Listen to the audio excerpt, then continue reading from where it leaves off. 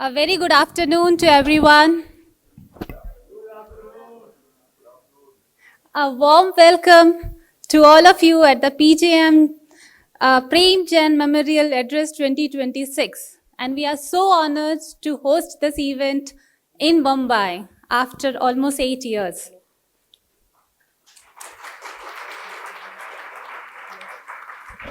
May I please request all of you to keep your mobile on silent. Thank you. As we proceed, I request everyone present to kindly rise for the national anthem.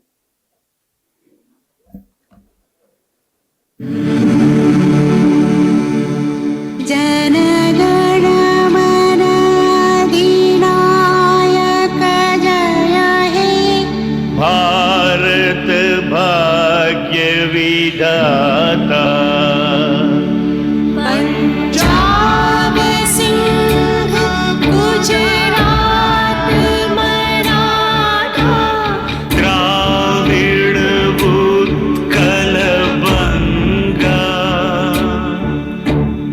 Vindhya Himachal Yamuna Ganga उच्छल जलधि तरंग तव शुभ नाम जागे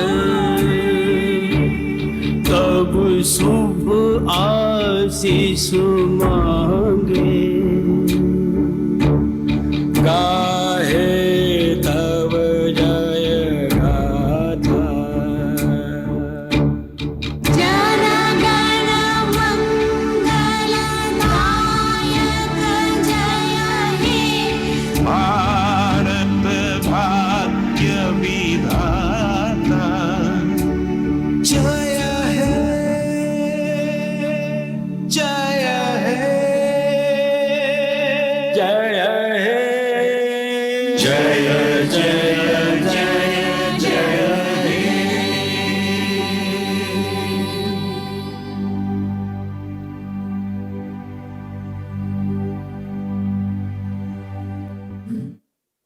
Thank you. Prem Jain Memorial Address is organized annually during the Harit Prem Bharat Mahotsav in the memory of Dr. Prem Jain, who was a distinguished engineer, teacher, and a passionate crusader of sustainability for the Indian building industry in order to promote interface amongst sustainability champions and communities through interaction and network alliances and to achieve sustainability. In the past 7 years, PJMT has been working purposely with a mission to create, establish, and maintain sustainability through education, recognition, and nurturing present and future generations.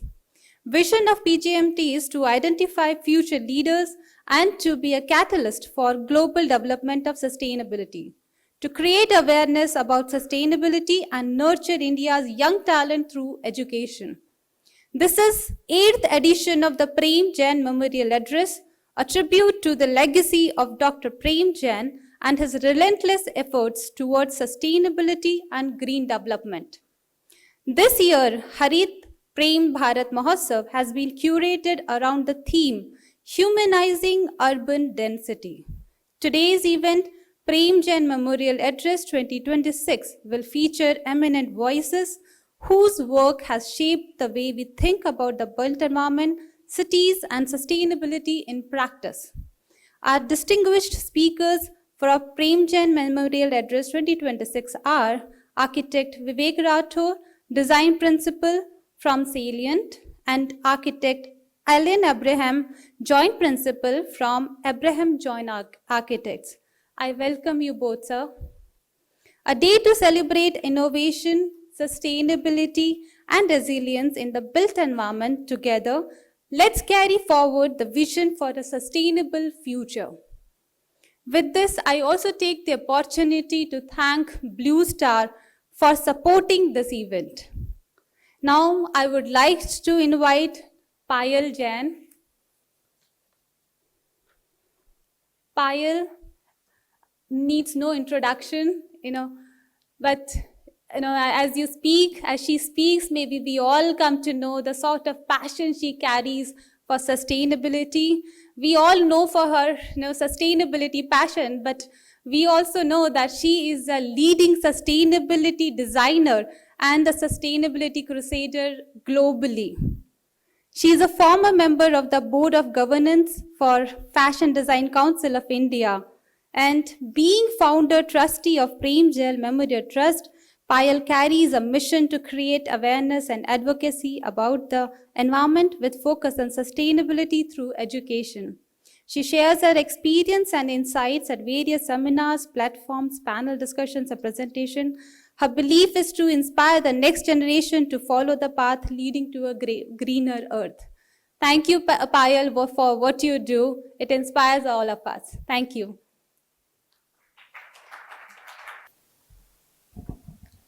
Good afternoon. Thank you, everybody, for being here today. I think Mamta set enough of a context, so I'm not going to go back into the Prem Jain Memorial Address today. However, I would very much like to thank our two speakers, Vivek, Rathore, thank you very much for flying in for this. And Alan, thank you for your graciousness, for accepting, for being here. Thank you.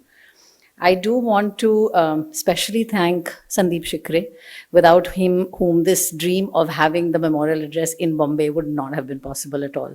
It was just something we've been talking about for the last 7 years, but thanks to Sandeep, thanks to Mala, Gurmeet, Bhavesh Bhai, all of you who are based in the West, thanks to you, we are doing this today in Bombay. Prem Jain Memorial Trust was founded 8 years ago, and most of the people who came together to create the trust are sitting in this room right here. And it was a thought that we put together. We said we want to continue this legacy of sustainability. And how can we do it? Let's create a foundation. But the two passions that my father had, one was sustainability, the other was education. So we felt that we'd like to do, this trust would work with students. And as we got moving, we started creating programs in the trust. We realized that really it's a word which is misunderstood, misrepresented. As we worked with college students, and we have a room full here of these students, I think most of them don't just think sustainability is a word, whether it is architects, whether it's engineers, and I come from a design background, and I can definitely tell you design students don't understand. It's just something they think is a hashtag, as we say in Instagram today. But beyond that, how much of it should be embedded in your practice, how much of it is required when you start the work of design was really misunderstood. So that is our mission at PJMT, and our speakers here with their own personal journeys, I'm hoping will inspire this room full of students who are currently in college. And when they get out, they will bring and build a greener Bharat. As my father used to say, there is a whole new Bharat which is going to be built in the next 20 years. So let's hope that's going to be green. I want to thank Tyagarajanji, he's not here today, and Blue Star for their support, for their faith. He's chairman of Indian Green Building Council, sorry, I must mention that. And he has been part of the trust from the day we started. And I do want to thank Mala again she's the chair of Western chapter. And without both of you, this wasn't possible. There are a few other names I am going to mention because they are key people and they work with PJMT through everything. It's unquestioned faith that we have had. So Mr. Java, who is not here again, he couldn't make it today. Daikin India, Delhi chapter of ASHRAE, all the colleges, the faculty. I know we have some HODs and principals here. So thank you very much. Without you, we wouldn't have this audience. And it's wonderful to be able to connect PJMT with educators, with people who believe in sustainability and pass that to your students. I'll end with a few words about my father. I see him in every sunset, in every flower, in every leaf and tree, in every star in the sky. My father, my guru, was the foundation of my existence. To be his daughter has been the greatest gift of my life. For those who didn't know him, and I think most of the students here or most of the people in this room do not know him, he's somebody who lived on the path of dharma, justice, integrity, truth, and humility. Everything he did was with purpose and intention, commitment and compassion. He believed in complete gratitude to God. When I look back, I think sometimes I find it very hard to be grateful even for one whole day, and he lived his entire life in gratitude. I'll end with a line for the students. Reach high, for stars lie hidden in you. Dream deep, for every dream precedes the goal. This is by Rabindranath Tagore. And I'll now invite Dr. Hariharan, who has been, again, backbone of Prem Jain Memorial Trust. Doctor, can I invite you, please, on stage? Thank you. Good afternoon to all of you. I will pick up the threads from where dear Payal left it. Dr. Jain comes from a religion which is maybe 7,000 years old. To all of us, we will know one Mahavira, 300, 400 BC, who was the 24th Tirthankara. On the 13th of September 2018, he does not ask, but he tells his only daughter. She said something about her being, a gift, just the fact that she was born. And you know what he used to say was that her mother was 35 or 36 when she was born. To him, it was a gift from the gods that Payal was born at that point in time, a gift for himself. 5 days between 13th and 14th, I think, of September, to the 18th when he passed away, he didn't have any of the medicines. He unplugged himself, not even a glass of water, if I'm right. And like any Jain Muni, decided that he will have his soul consciously depart the body. That was Jain Saab in his ways. Now, must have been 3-4 months ago, one of the scholars that we were doing with the distinguished members of the Board of Governors of the Prem Jain Memorial Trust, and this is meant for many of you here who are under 25. Sandeep Shikre, an architect who you all know, suddenly said that it's good possibly to explore this theme of humanizing in the context of urban density, especially if you come from a city like Mumbai, you know what that means to you. Everyone cottoned on to the idea very quickly. I mean, the people who were on that call on that afternoon, it was a Saturday. The question was as to who we should call and what is that context that will make sense and resonate in your minds if you're students of either engineering or architecture. And I'm very conscious of the fact that more than 1/2 of the people as students who are present here are engineers. Dr. Jain was an engineer, by the way. And one of the things that Dr. Jain used to say in the classes that he used to hold every Saturday at the School of Architecture, School of Planning and Architecture in Delhi, is that if you want to be a good engineer, you have to first be a decent human being. And this human being and this humanizing is, I think, a context that we all have to understand if you want to go further into this next 20 years or so, that you people, you guys will be steering the destiny of either engineering or of architecture of projects that you will be taking up. This morning, I meet briefly Sandeep Shikre, and you know what he says to me? This is a lovely golden age for architects. He says we get so much work these days that we don't know how to manage to cope with it, right? This is also a time when role models are hard to find. It's heartening to see as many practicing leaders in this room today who are paying in their own ways some silent respect, some undefined tribute to a man who inspired much as change in India of today, but from that context of maybe 2003 and 4, 2005 I would say, to about 2016, 17. 2018, Dr. Jain didn't play any active role in the industry and influencing of change of the kind that he brought about in the construction sector itself. Many of us here, as the older generation go, have a second cap to wear. We are all members also, many of them here in the front rows, are also members of something else called the Indian Green Building Council. We also have Gurmit, who is representing one more association, a very important association, which in its own ways is making some very abiding impact on industry, called the Indian Plumbing Association. We have Mala Singh here. We have Suresh ji, of course, the doyen of engineering. It would be unfair to confine him to any one single organization, although I must mention that he is also the chairman of the National Building Board, Building Code. Now, when you talk humanizing and urban density, it involves moving beyond purely quantitative measures. You'll hear both Alan and Rathore in their own ways talking about what this means to them and how they are going to sort of see it from the prisms of understanding and of experience that they have seen in their own lives, in their professional work lives. Now, this focus on the qualitative experience of the occupant is what I think today's theme will be about. How do you focus on comfort, safety, social interaction, and accessibility? If you're a student of engineering sitting here, what do these words mean to you? These phrases mean to you? How do you connect that as an architect, for instance, in terms of design, to all of these things?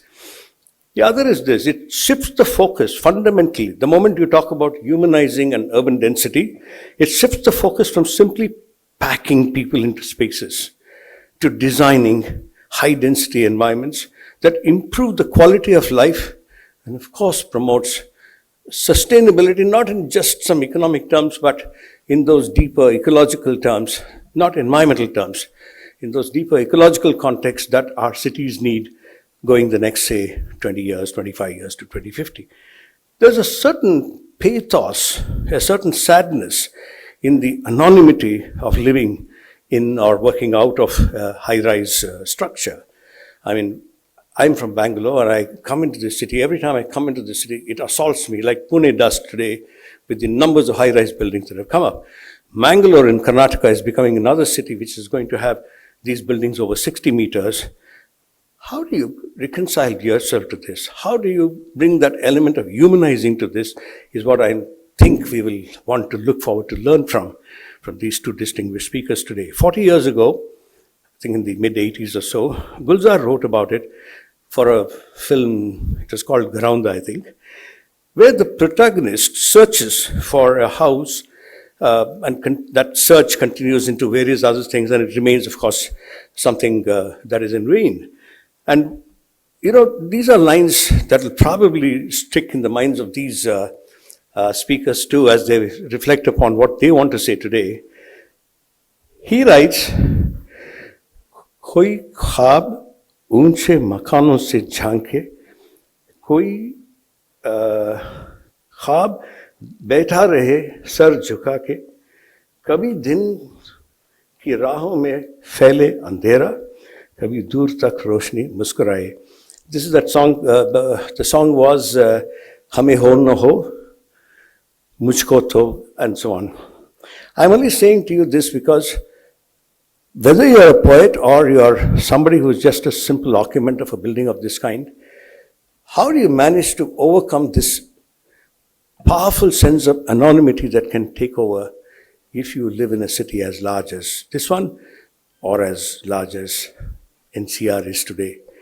And you're going to have, today we have 7,900 cities, agglomerations and towns in India, if you went by the last census of 2011.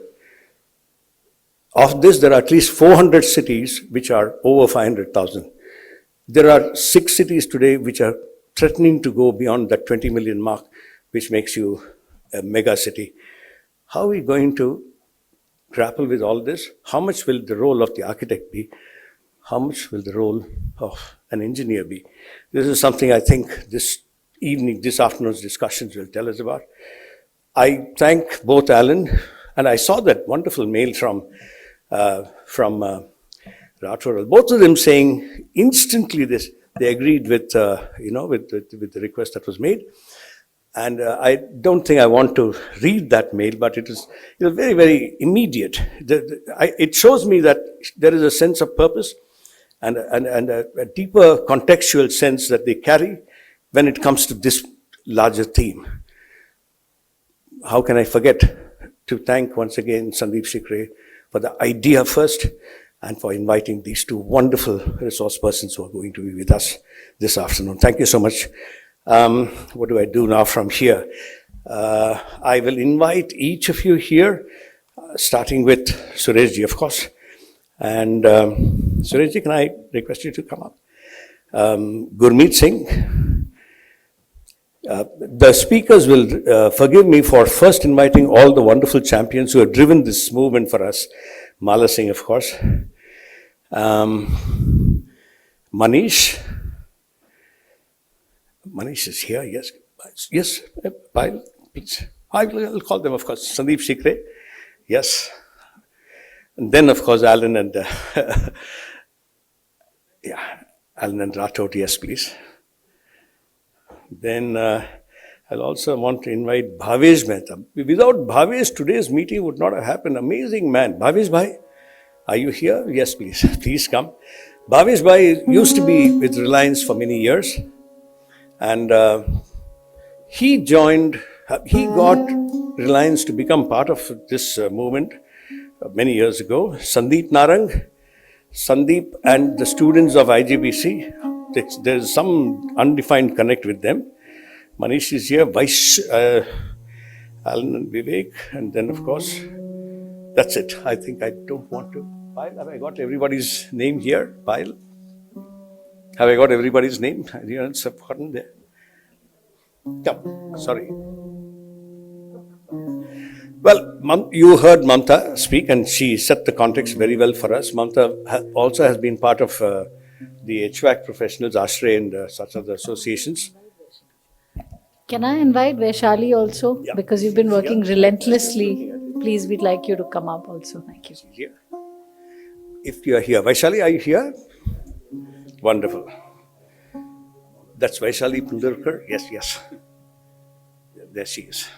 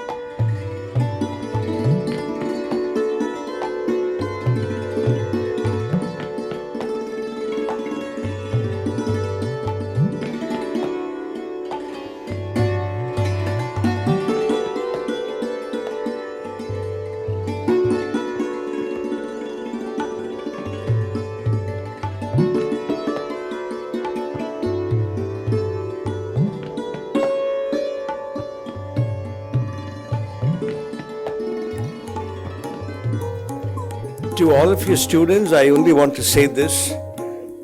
This is not just a promise. This is something I genuinely know will be out there the next maybe 100 plus minutes. Listen to these two wonderful speakers, remarkable guys. One is, both you'll see what it means. I don't even want to tell you more about what Alan and Rathore represent in their own different and distinguished ways. Listen to them well. I know, and you all know, that more than one half of you are engineers and then the rest of you are architects. There's a great deal to learn from these two speakers. Thank you so much, Payal and Dr. Hariharan. Proceeding further, I'm Mamta Rawat, founder and CEO Climate Nama Private Limited. And on behalf of entire PJMT team, I appreciate and thank all of you to be here. I would take this opportunity to name all the colleges present here. Would you like to take a random guess how many colleges we have? 2, 3, 5. Okay. We have 16 colleges.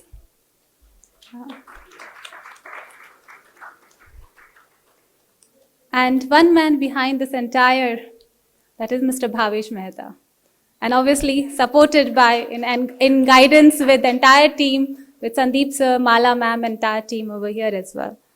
Yeah. So the name goes like this.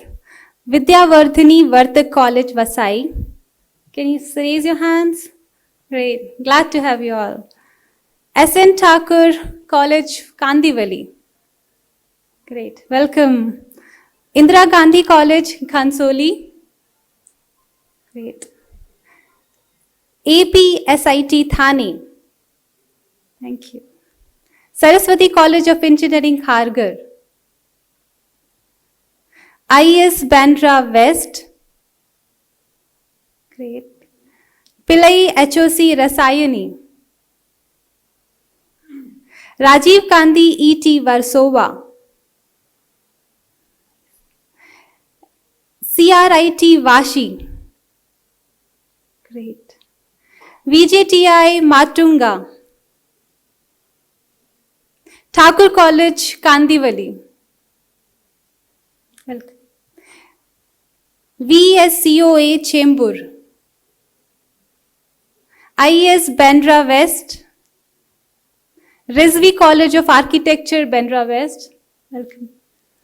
D.Y. Patil College of Architecture, Nerul. Wow, so many hands. D.Y. Patil College of Architecture, Nerul, and then the last one, Aditya College of Architecture, Borivali West. Welcome to all of you. Proceeding further, I would like to invite Dr. Mala Singh. Mala ma'am is among India's most influential leaders in green building design, ESG leadership, climate and carbon strategy, and net zero transformation with over 25 years of professional excellence. An alumna of IIT Roorkee, she is the founder, chairperson, and managing director of PEC Green in India, a nationally recognized sustainability consultancy that has driven the sustainable transformation of more than 5 billion square feet of built environment across the country. For her introduction, I can read at least 2 to 3 pages, but I would like to just add up one small paragraph which highlights her contribution to the industry. Beyond project delivery, Mala ma'am plays an active role in shaping India's sustainability ecosystem through leadership positions such as National Executive Board Member, IGBC CII, Chairperson, IGBC CII Mumbai Chapter, Advisory Board Member, HPMF, Lifetime Corporate Member, NAREDCO, and Vice President, NAREDCO Mahi West, and Member ESG Task Force, CII Northern India, among others. A respected speaker, mentor, and thought leader, she continues to influence policy, empower institutions, and inspire the transition toward a climate resilient and net zero built environment. Welcome, ma'am. Namaskar. I always remember whenever Dr. Jain, used to communicate with all of us, it is his first word always at all the forums. So I always remember, and we want to continue that. So respected members of the Prem Jain Memorial Trust, Ms. Payal Jain, Gurmeet ji, V. Suresh sir, all the esteemed speakers, Bhavesh bhai. So all of the students who are here.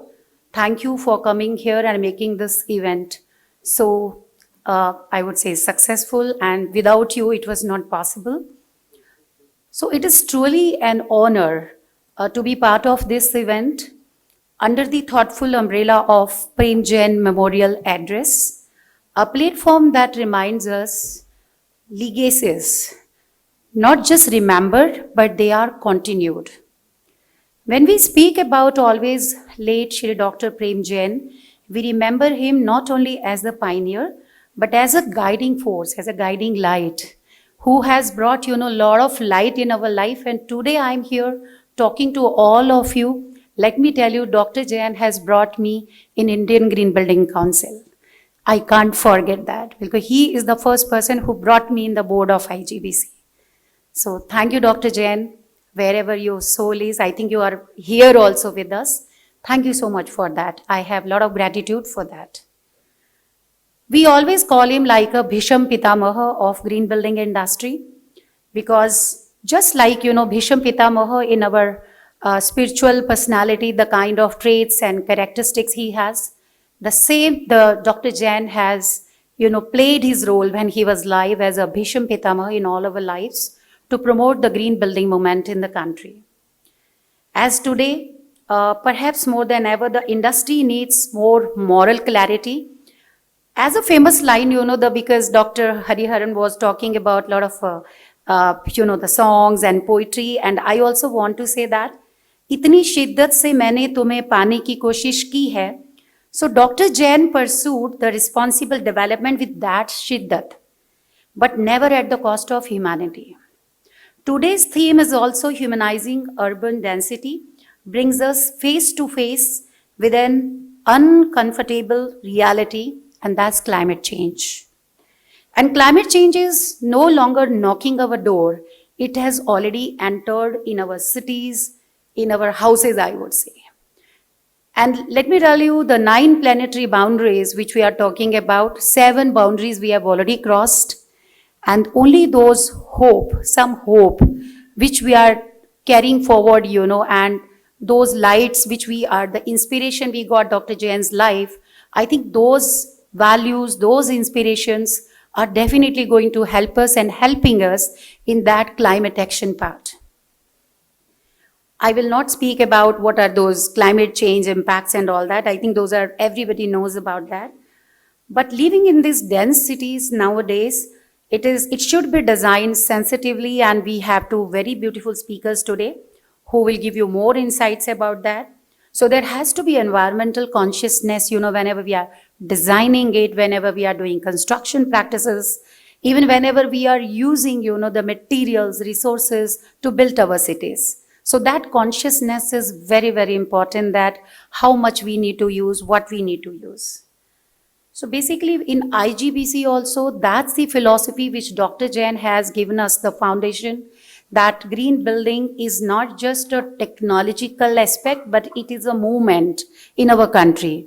Because Dr. Jain always dream about a green Bharat. He always talk about entire Bharat, common man. Whenever you interact with him, he always just address the needs of common man. His worry was always how to, transform common man, and sensitizing their mind also very, very important. Just like the students and Gen Zs, you people also need that sensitization process.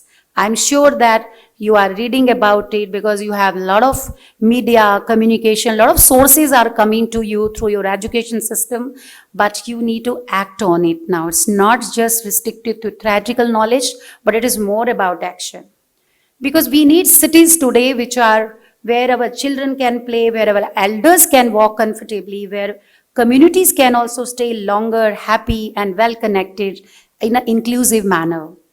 So this is what, PGMT Guru Talks series, I remember that we used to participate, and every Guru Talks series, it was an inspiration because there was individuals, their stories are being taught to the audience. So such a beautiful Guru Talks series which PGMT is already organizing. So that is also one part of the PGMT I would like to address, and very beautiful inspiration to all the young generations.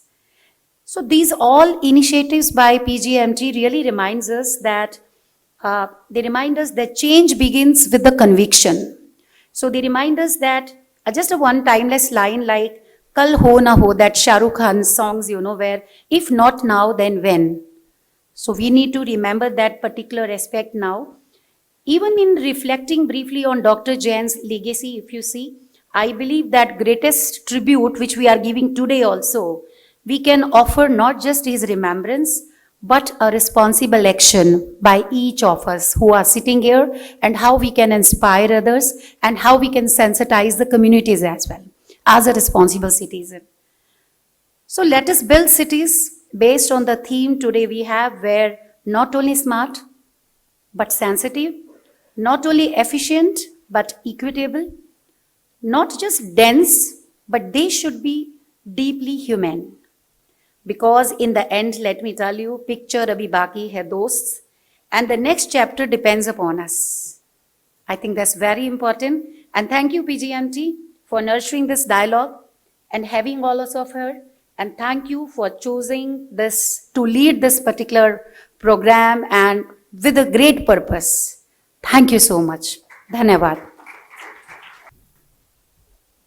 Thank you, ma'am, for the kind address. Now may I request the team to play a film on PJMT, followed by the Blue Star movie, our event supporter. Thank you.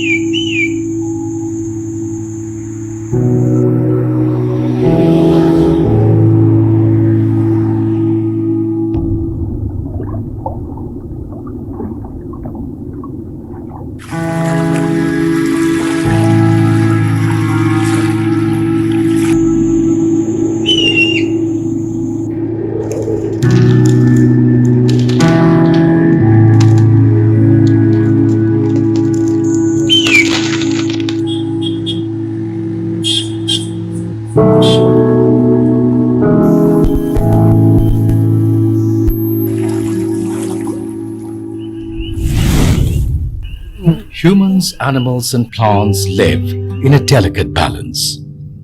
The survival of one relies on the other. In the face of urgent global environmental challenges, that balance has shifted. Prem Jain Memorial Trust, PJMT, a non-profit organization established in 2018 to honor the legacy of Dr. Prem Jain, the father of India's green building movement, is championing sustainability through education, awareness and advocacy. The Trust is dedicated to advancing global sustainability through environmental awareness, education and innovation. We foster dynamic networks among sustainability champions and communities, empowering collaborative and adaptive solutions to today's most pressing environmental challenges. PJMT empowers and inspires the next generation to lead the transition towards a greener, more sustainable world. The best gift you can give to the person is educate him or her. Because then, wherever they are, they will be able to earn and flourish in life.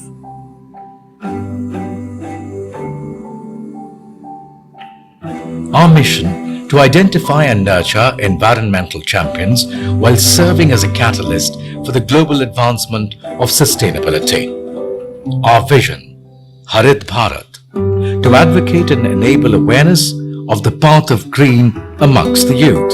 Our goals: creating awareness, recognizing talent, community building, knowledge curation and creation, informing policy and advocacy, establishing scholarships and awards. It all began with a shared dream. A handful of passionate stalwarts of the green building movement, united by one mission to carry forward the legacy of Dr. Prem Jain and to build a greener Bharat and a sustainable future for our planet. Each year begins with Harit Prem Bharat Mahotsav, a week-long celebration of sustainability from the 23rd of January to the 29th, marking Dr. Prem Jain's birthday week celebrated across the country. PJMT has initiated over 500 green projects, including our annual flagship event, Prem Jain Memorial Address,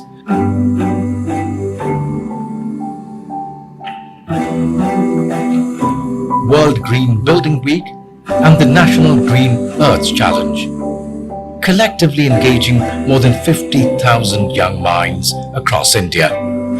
Through a mix of online and campus-led programs, distinguished lectures, PJMT Law, Women in Sustainability and Environment, and Green Challenges, PJMT fosters bold ideas, highlights innovation, and empowers youth, driving a movement for a healthier, more sustainable future. To honor Dr. Jain's lifelong commitment to education, PJMT has established scholarships and awards in premier institutions across the country. Our strong partnership with esteemed corporate organizations, premier societies, and academic institutions has given us roots of strength and wings to soar high. Dr. Prem Jain believed in the power of people. The Trust honors his legacy by igniting young minds with knowledge, passion, and purpose to lead the charge for a greener earth, education, and meaningful action.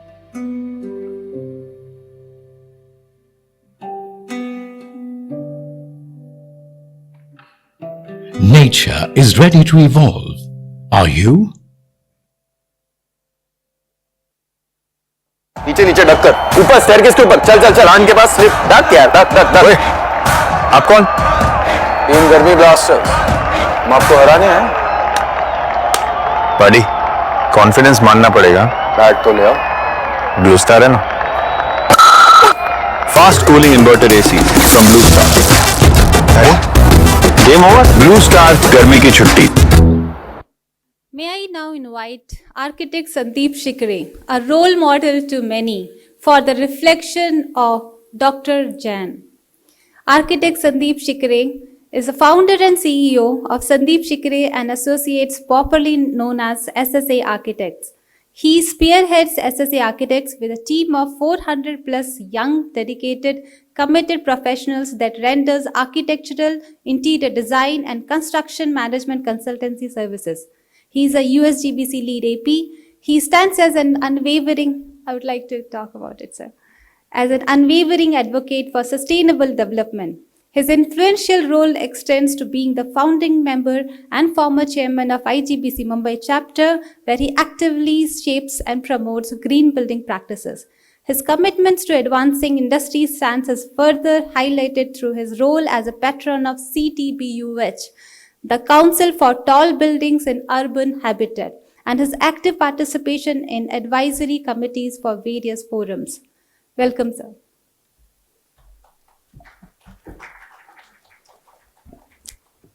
Thank you. It's a great delight and an honor to be here to express my feelings and learnings about Dr. Jain. I distinctly remember a day when Dr. Neetu Manke had introduced me with him as a young architect.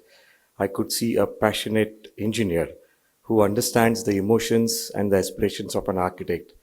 And the buzzword sustainability, where we talk about architecture that combines art and engineering, and it's responsible to develop a built environment.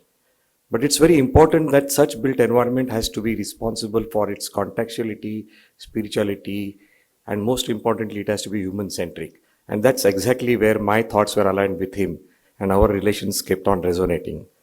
I have countless memories and learnings from him, but due to paucity of time, I will just name a couple of them.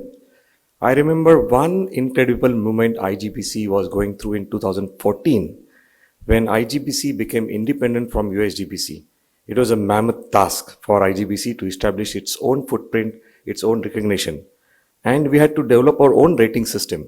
After the rating system was developed, I used to talk with Dr. Jain and I said, it's too generous, it's too lenient.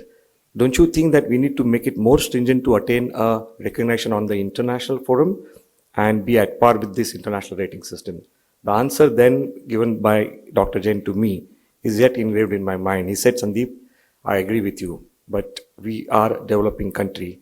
We are Bharat. We have to reach to every nooks and corners of our country. If we do something which is tough and not doable, people will shy away from it. So let's take a baby step, ensure that we embrace entire community, entire society, and that is a time when we can raise the bar. I think that was one of the most meaningful and thoughtful advice based on which we could reach where we are today. He used to always tell us, dream first, dream will reach to thoughts, and then the thoughts will reach to actions. His dream was to get our nation at number 1 on the world's map in terms of a green footprint, and it's an incredible proud moment for us today that we are almost there. Probably in a year or two, we will be number 1 in the world. So these visions, which were laid down almost 1.5 to 2 decades before, had a complete clarity, had a roadmap, and that has actually given a lot of motivation to a great successive leaders, which includes Suresh sir, Gurmeet ji, and today Tyagarajan. I would also like to congratulate Payal for having a successful launch of our 8th memorial address event here, and we feel really honored that you trusted us. And the program is in Mumbai, and you can see the wonderful young minds who are here, and they will be benefited with this particular exercise. In Mumbai, every year during Prem Harit Mahotsav, we do a saplings plantation with the belief that these saplings will have a firm roots and they will grow tall in the remembrance of Dr. Jain, spreading his word, go green. I think that would be the best tribute for him. Jai Hind.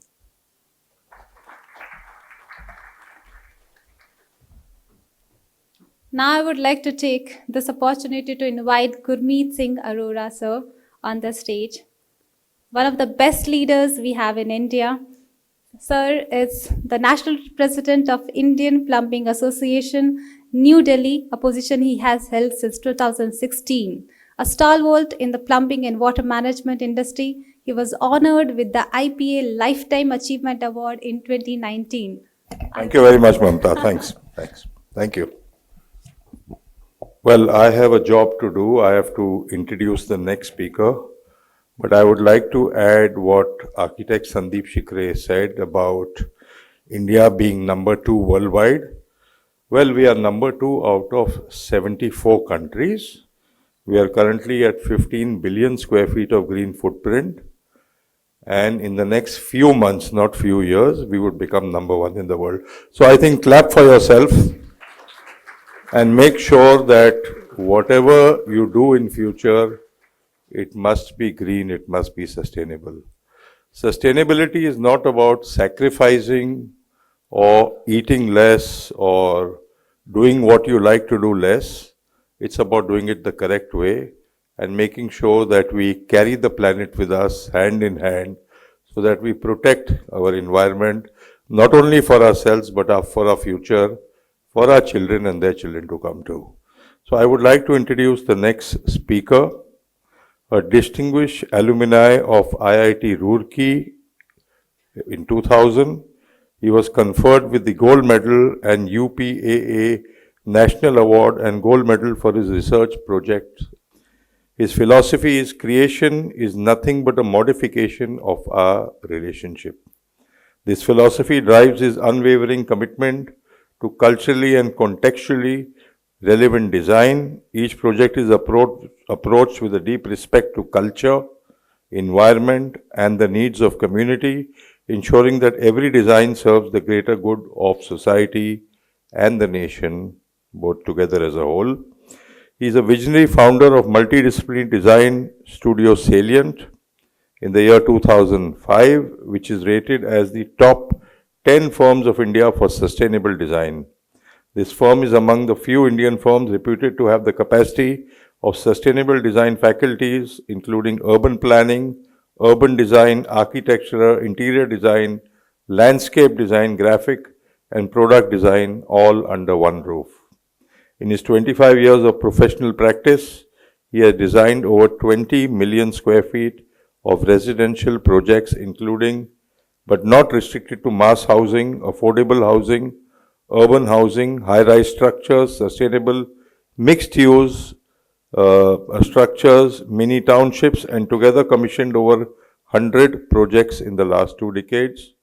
It includes townships, mixed-use developments, hotels, convention centers, and so on and so forth. Well, he has delivered the largest affordable housing project in Kolkata for Godrej Properties, Eastern India's first high-rise social housing project using aluminium formwork construction, The Soul, the Eastern India's first biophilic high-rise building, Bio Wonder, that provides solution to compensate the urban green cover loss. It also won the Global Cityscape Design Award. He has received many awards. I won't go through his other projects, including his smart city projects. Well, let me tell you who I'm talking about. And before that, let me tell you, he has been conferred with 200 international and national design awards in the last 2 decades. Can you imagine 200 awards in 20 years? That's 10 awards a year. Wow. I am talking about none other than architect Vivek Singh Rathore. Can I welcome Vivek Singh Rathore to deliver his address, please? Thank you very much. Namaskar. Honored and humbled to be here. Before I begin the formal, I'll narrate a small memory out of Premji's stature and his understanding. The reason we are all here. It was year 2002, and in a project, we were allocating space for MEP, and with the full capacity, and he said, Vivek, aur thoda jagah lagegi, a little more terrace mein aur thoda jagah lagegi. And I said, sir, jagah nahi hai, sir. Request, that's the kind of architect does to the MEP engineers. We kind of negotiate the spaces and all the stuff. And he said, we don't know tomorrow, Vivek. Kal agar zarurat pada to. And that is the reason we're all here. Think of tomorrow when you work today. A simple understanding is so deep and profound, my friends, that we understand how important it becomes to render a practice for a country like ours. आज के लिए ही कर दें कि कल के लिए कुछ सोच के जो कि unpredictable है, पता ही नहीं है. Make provisions for tomorrow. Think about tomorrow only to make today sensible. And while they're giving time to speak more,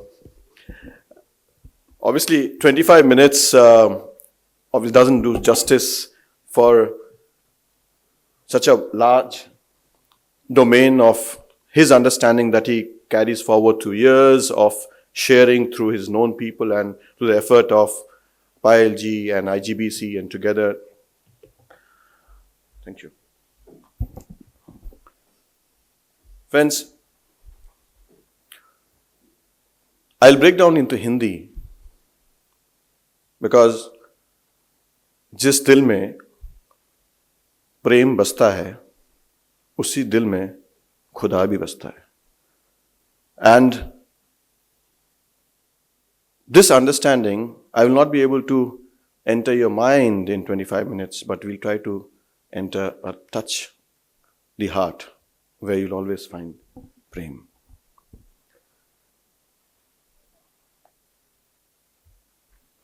We know about Salman's t-shirt being human.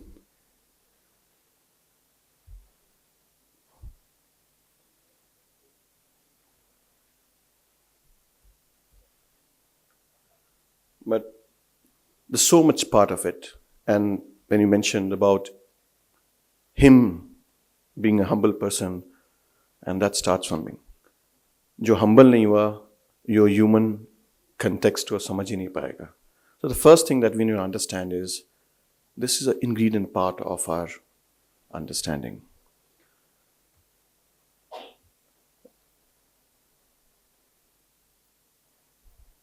When we become this humane and carry being human, we often come to a practice and we said, let's look for this well-being.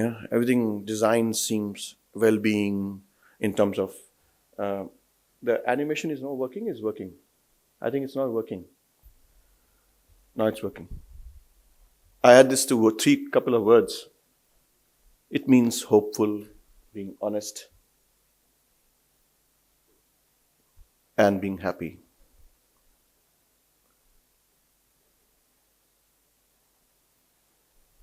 We all look forward to creating an environment for our well-being. What kind of environment, my friends? An environment that would fix our physical and physiological needs, psychological needs, and spiritual needs. These three aspects are very important today in any of the practice or design. When I was very happy to know about her fashion being sustainable, her practice, your studio doing, and then I would like to know more about it. When overconsumption is pushed to the edges, we have to think, can we sustain overconsumption? Though I'm not able to see the audience and the expressions, but I'm sure you're knowing and understanding the connect that I'm trying to draw. We often understand that, why are we talking all these things at this point today? Why? We all need to understand, and let's understand किस type की environment की बात कर रहे हैं, and what kind of environment are we talking about? We're talking about because you're sitting in Mumbai and India is now poised to make one Mumbai every year. Can you understand the amount of construction that is going to happen? Is happening? Infrastructure? One Mumbai is a big number. At this rate, what kind of India are we building for tomorrow? Ye socho. And it is not only for architects, it's more for the engineering. Because what kind of engineering? An idea, you have to engineer an idea, what kind of stuff? And especially for a country which is 21 times of UK. 21 times of UK. You cannot emulate West and say, आओ बनाए हम अपना India. ऐसा बोल सकते हैं क्या? Can we? Should we? Our pace, our threshold is completely different, my friends. By 2040, we're going to pace our urban density, urban growth, while the rural is going to dip down. That's not far off. We are 14 years from now. What we're leading to is a high density civilization. Can I put it down? High energy civilization. And this from here is the need when this topic, such a wonderful topic, Sandeep bhai, you thought of it. It's such relevant, And I thought, 1 ghanta bhi kam hoga, but that's what it is. Somebody is already ringing the bell, I don't know. But anyway, high density civilization. Just don't see density, it's high energy, high consumption. We all are heading towards this. Ab kya kare? What should be? We often look forward the urban structure like this, it looks like this black and white intensity. We know that part of it. Kahin Mumbai chupa hua hai isme.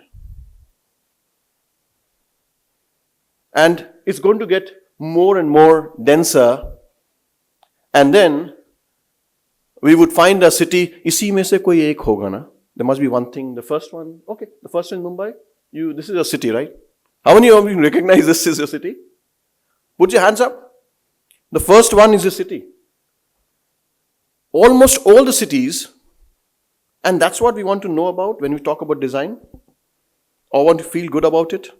Can we really be at 21 times of UK building the same thing? Or if we are having to build, what do we do next? What do we do? Something is getting lost. In this high density game, we're losing the connect. And we're not just losing the connect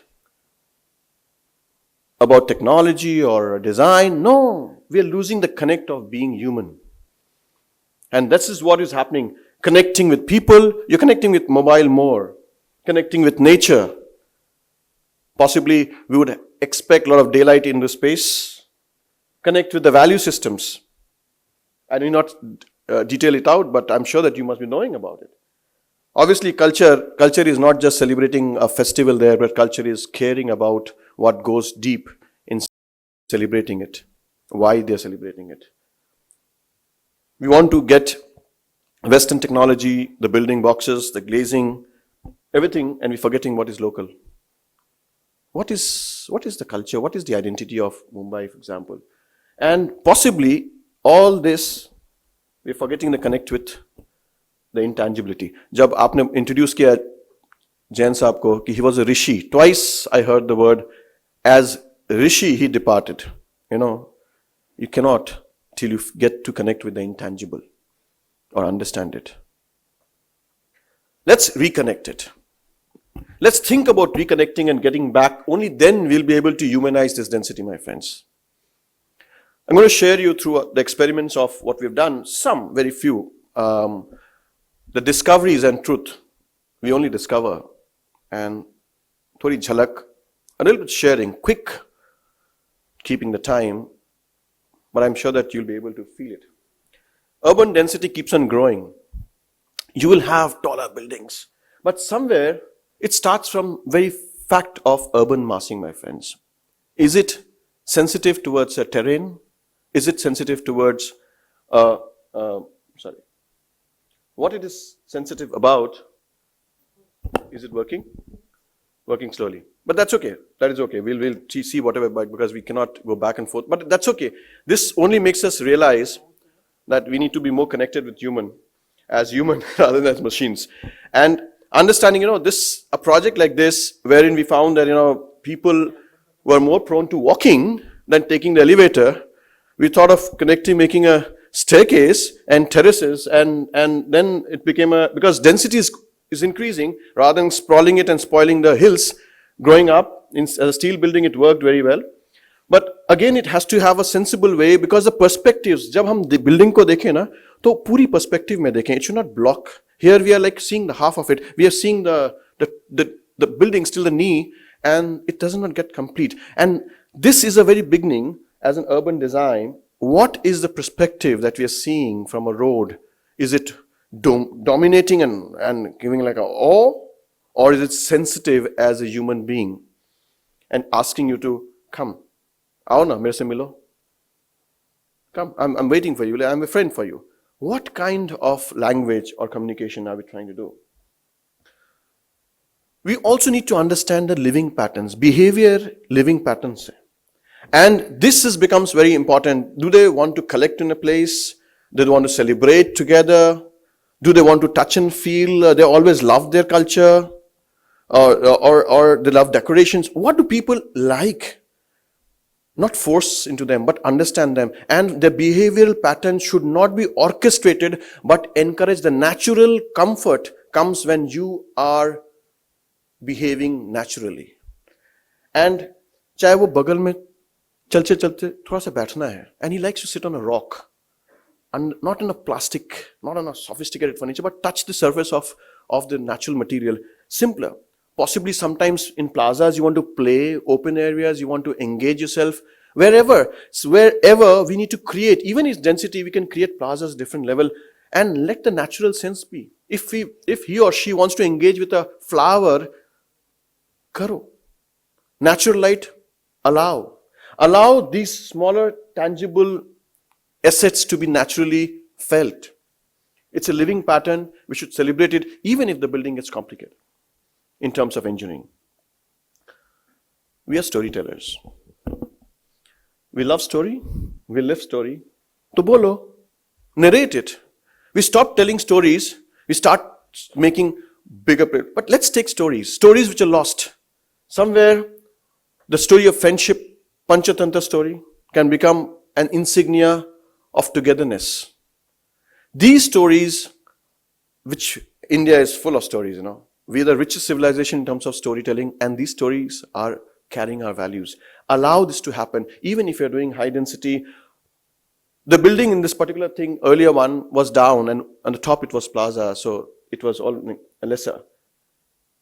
Sometimes we make spaces which are expensive and things like this, when you lost the maza of Mela. Still, how many people in the last 2 years have seen or gone into a mela?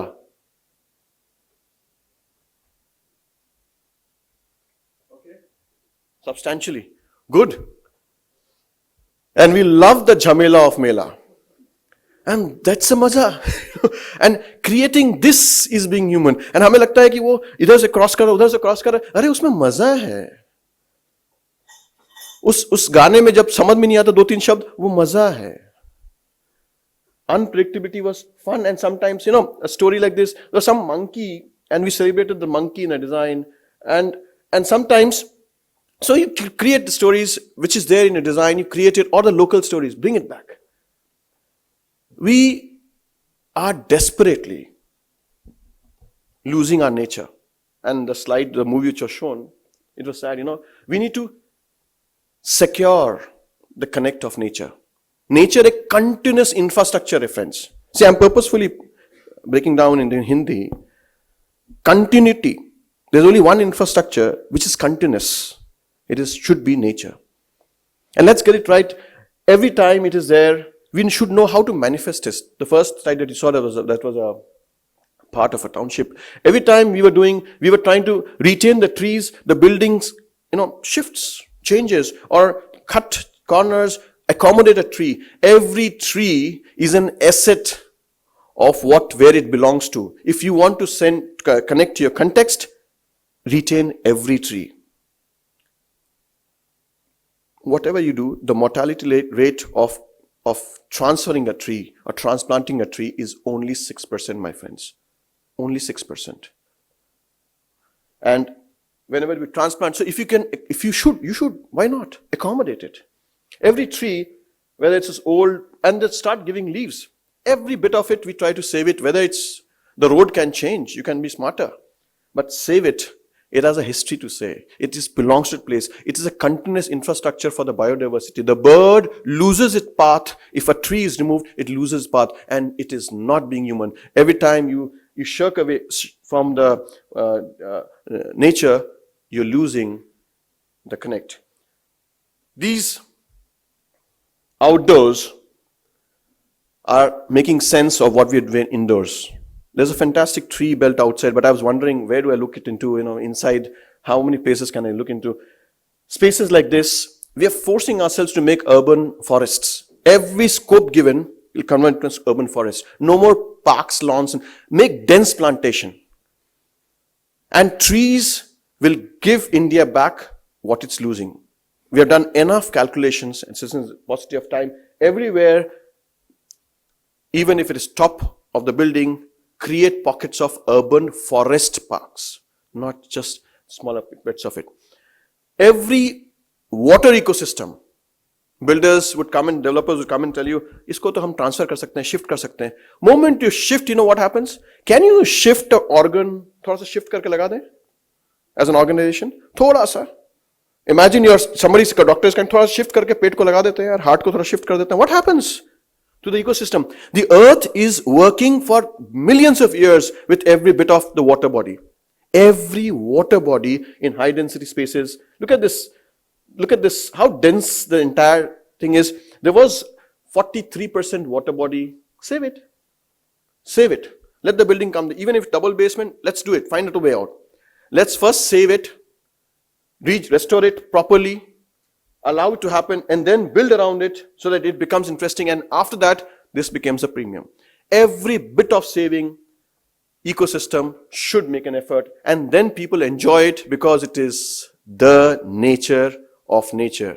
Everything that you save is saving yourself.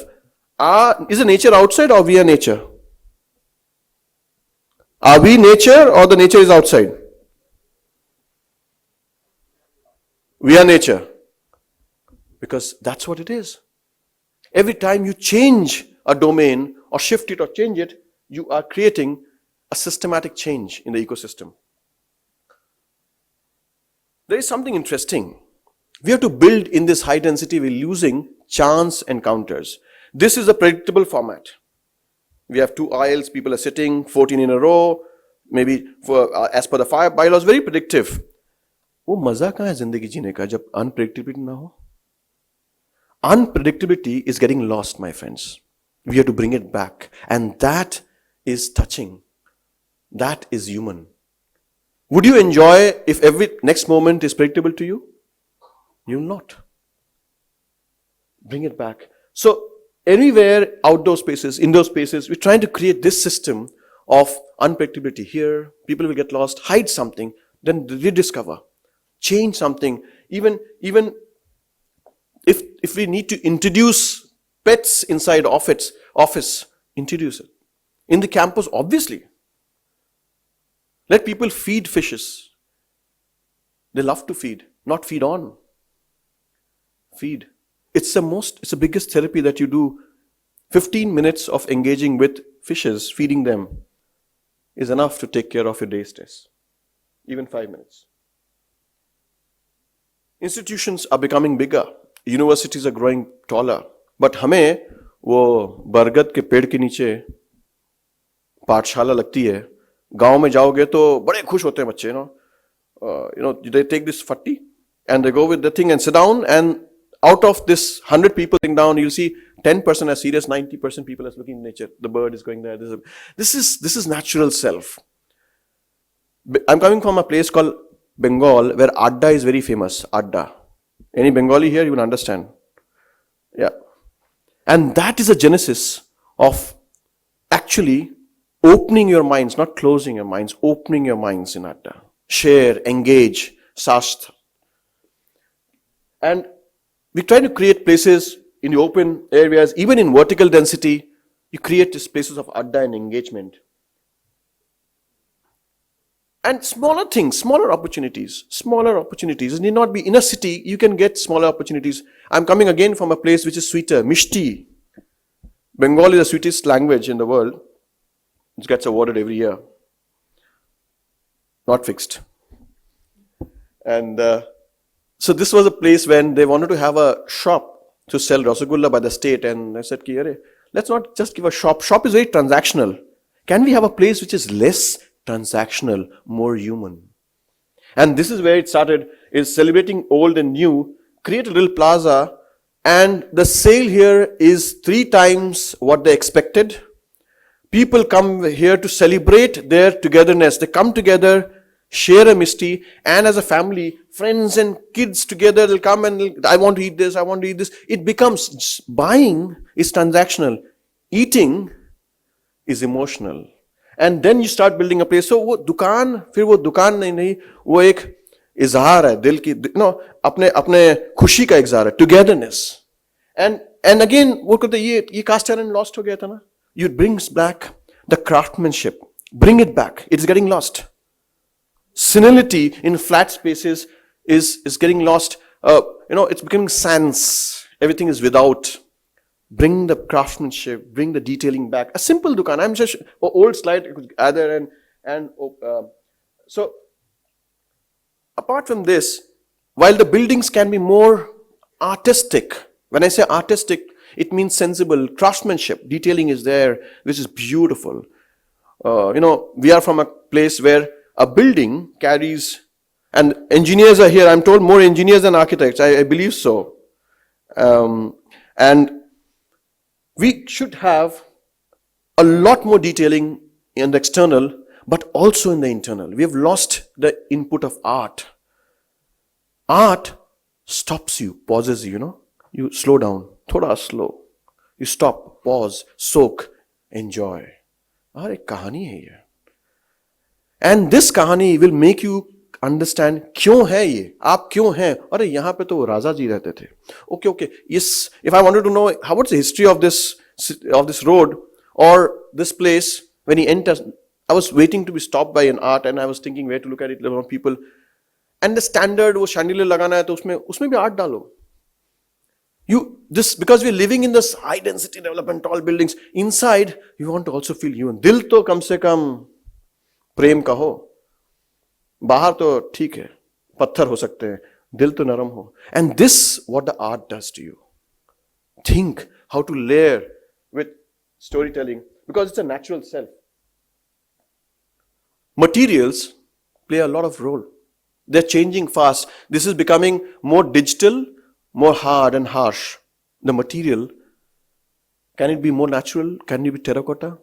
Can the paint be not a paint but actually a terracotta layer? Okay, we have technology to do it, and it works very well.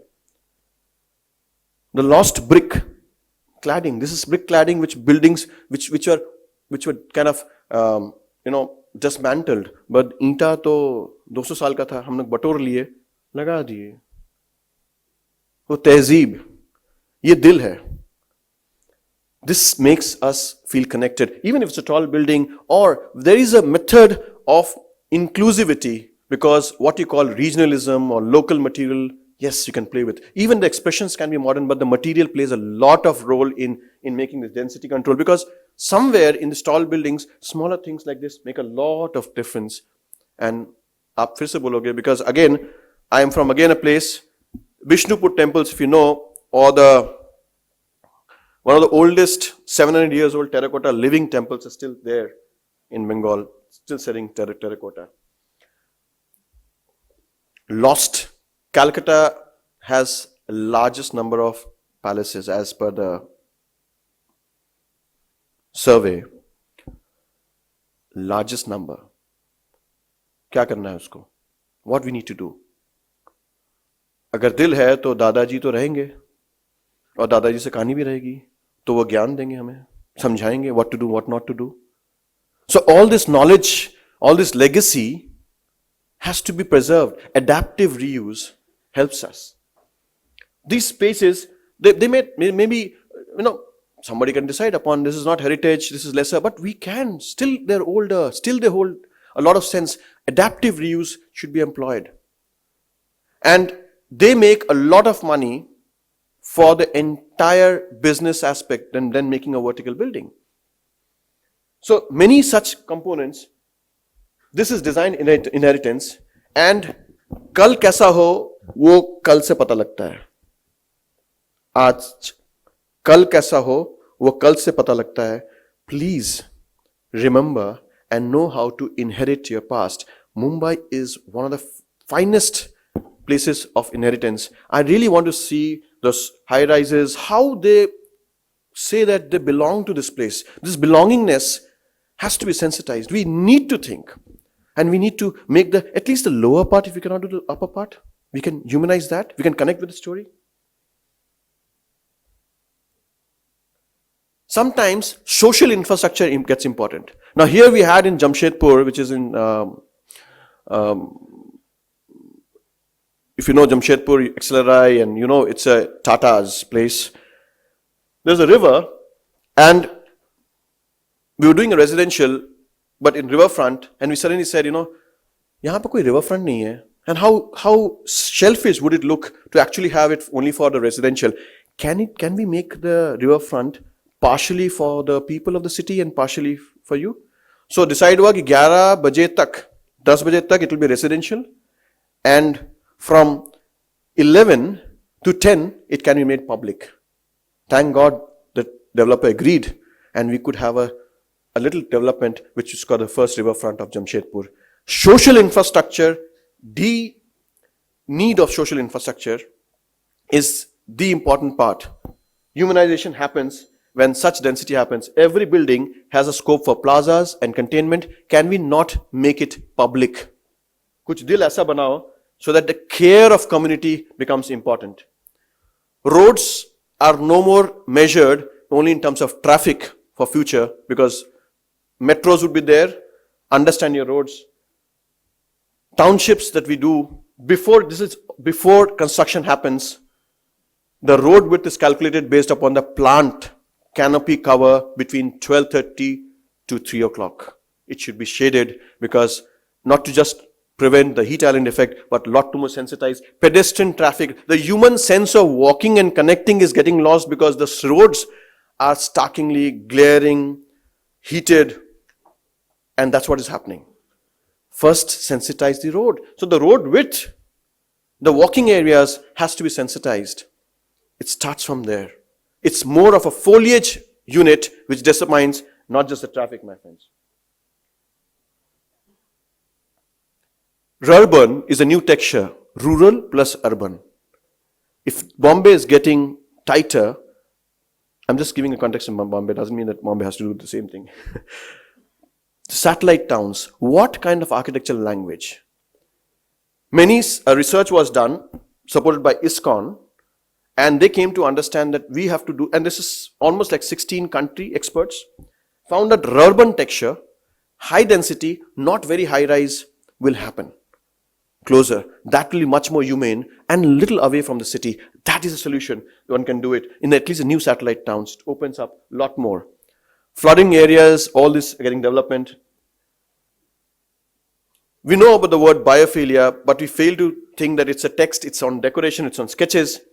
But buildings, when they're vertical, offices, when they're vertical, we can have a bearing of green into them. We can have more engaging balconies, more engaging open areas, and almost a forest, almost the land patch. So we made a policy that, the vertical buildings, entire land, if that can be covered, this is on 22nd floor of a building, where terraces are there, and so 100% of the site, if it was forest, we'll take the forest vertical in the building. And this is a picture 10 years back. Now it's full of trees and hanging down, and people go there. And almost like 10 years back, the photograph is.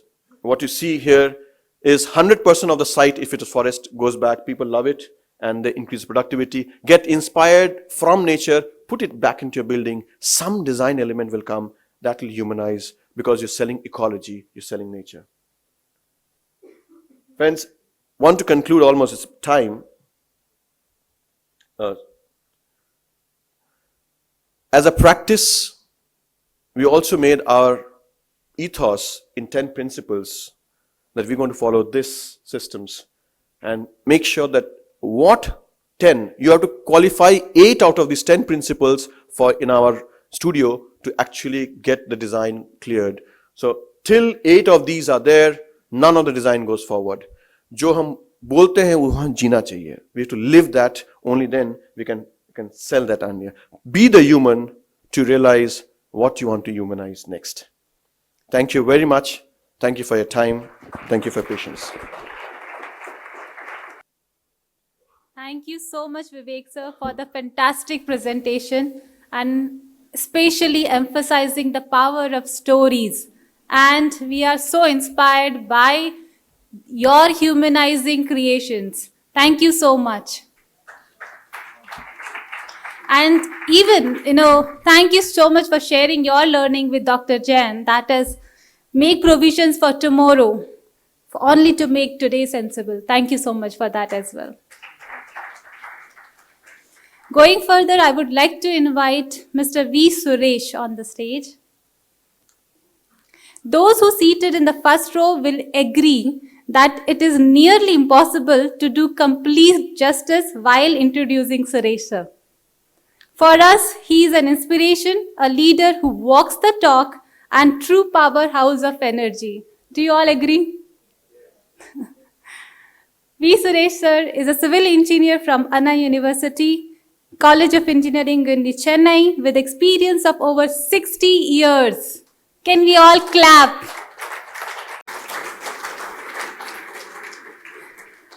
In housing, urban and rural development, infrastructure and real estate sectors, and sustainable development. We have a long introduction, but I would like to read 2 paragraphs, small paragraphs for you.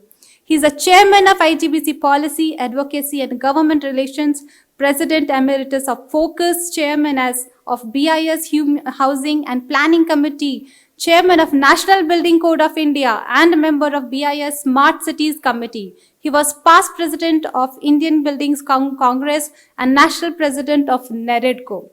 He has received 23 awards. Can we all clap again? Yes, 23 awards, and to cap it with CIDC Industry Doyen Awards, and we have a long list for that. He is President, Good Governance India Foundation for Good Urban Governance Initiatives for meeting the challenges of urbanization and making safe, smart, green, sustainable and vibrant cities through work on Municipalika and CAPEX. Welcome, sir. Thank you, Mamta, for all that introduction. What a happy good evening, ladies and gentlemen. Such a pleasure, honor, and privilege to stand before you at such a distinguished young gathering. Yeah, I can now see it's full, all young, vibrant ones, who are all just waiting to hear the next major presentation coming. My job is to introduce, of course, the memorial address speaker, Alan Abraham. But before I do that, take a minute on the wonderful association that we had with Dr. Prem Jain. Over 35 years back, that association had started over, and more importantly, that particular association has with jointly with the work of the National Building Code, where you might be not knowing about that wonderful initiative of not only the part on air conditioning and heating related work that earlier, but later on when sustainability became a buzzword, that's one word uniformly adopted by everybody. When India was to write its own chapter on sustainability, we got Jain Sahab to come and chair that particular one, and we are the approach sustainability chapter in the National Building Code 2016 version, because the latest version is going to come now after his passing away, a document with more on the net zero initiatives and the net zero carbon related work, embodied energy, such type of things will now come in a very large way. But to Dr. Jain, it has been a great association, and more so ever since the Indian Green Building Council was started. It's a continuous association out of the 18 years we could be together. 2018 he left all of us for us to take forward that particular big movement, me and later on Gurmeet ji and then Tyag and everybody taking forward.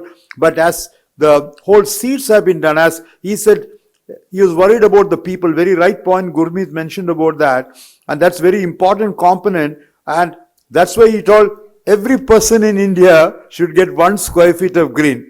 And that's why at that point of time, when 100 crores population was there in 2001, when the green building movement was started, we are now around 145 crores, it was 100 crores then. So 1 square feet for every one means that makes it a billion square feet of green was what he wanted originally at that point of time, which how that has gone, as Gurmeet said, we already crossed about 15 billion square feet.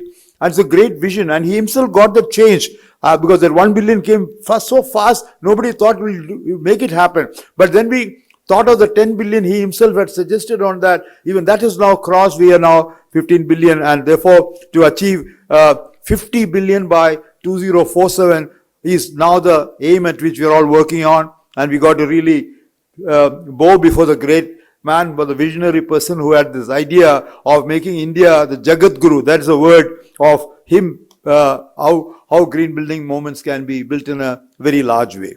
And we had a wonderful, outstanding opportunity of working together and, making indigenizing the rating. And I'm glad it was also mentioned how the turning point, which Sandeep rightly said, from the US Green Building Council movement and getting on to the Indian Green Building movement, indigenizing for India's climatological need, and not surrogate city like US Green Building. You want to do what on the US GBC rating is there, have a surrogate city with equal, and you don't require that with 5 climatological zones that we have of different humidity or temperature or cold, hot climate, etc., etc. How to indigenize with the indigenization of the rating. And today we are 32 rating system, and we are rating system even US GBC did not think of. All the metro rating system, all the city rating systems, we are the one who started it, and now all of them are following. Even US GBC now following that particular metro after 5 years.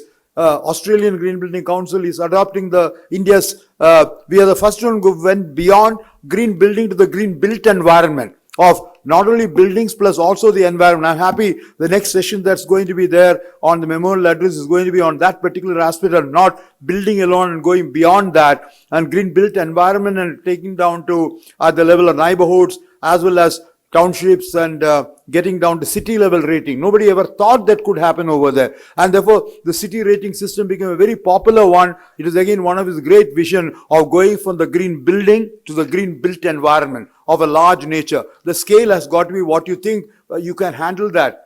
But that's exactly what, there's no meaning in having one green building like a sore thumb standing at one level or one more building at the top of the hill. But how to make all your development sustainable in a large way is a larger message that he wanted to convey in a big way. And therefore, I'm very happy, proud to be here on this great 8th memorial address there. And we are now the most important speaker for the day, and that is going to be Alan Abraham is there sitting over there, known him well, and himself has been a graduate of the Rajna Sansad Academy over 3 decades back. Of course, I have been 6 decades in the segment, but even it's a great thing to introduce somebody with 3 decades of background is phenomenal over there.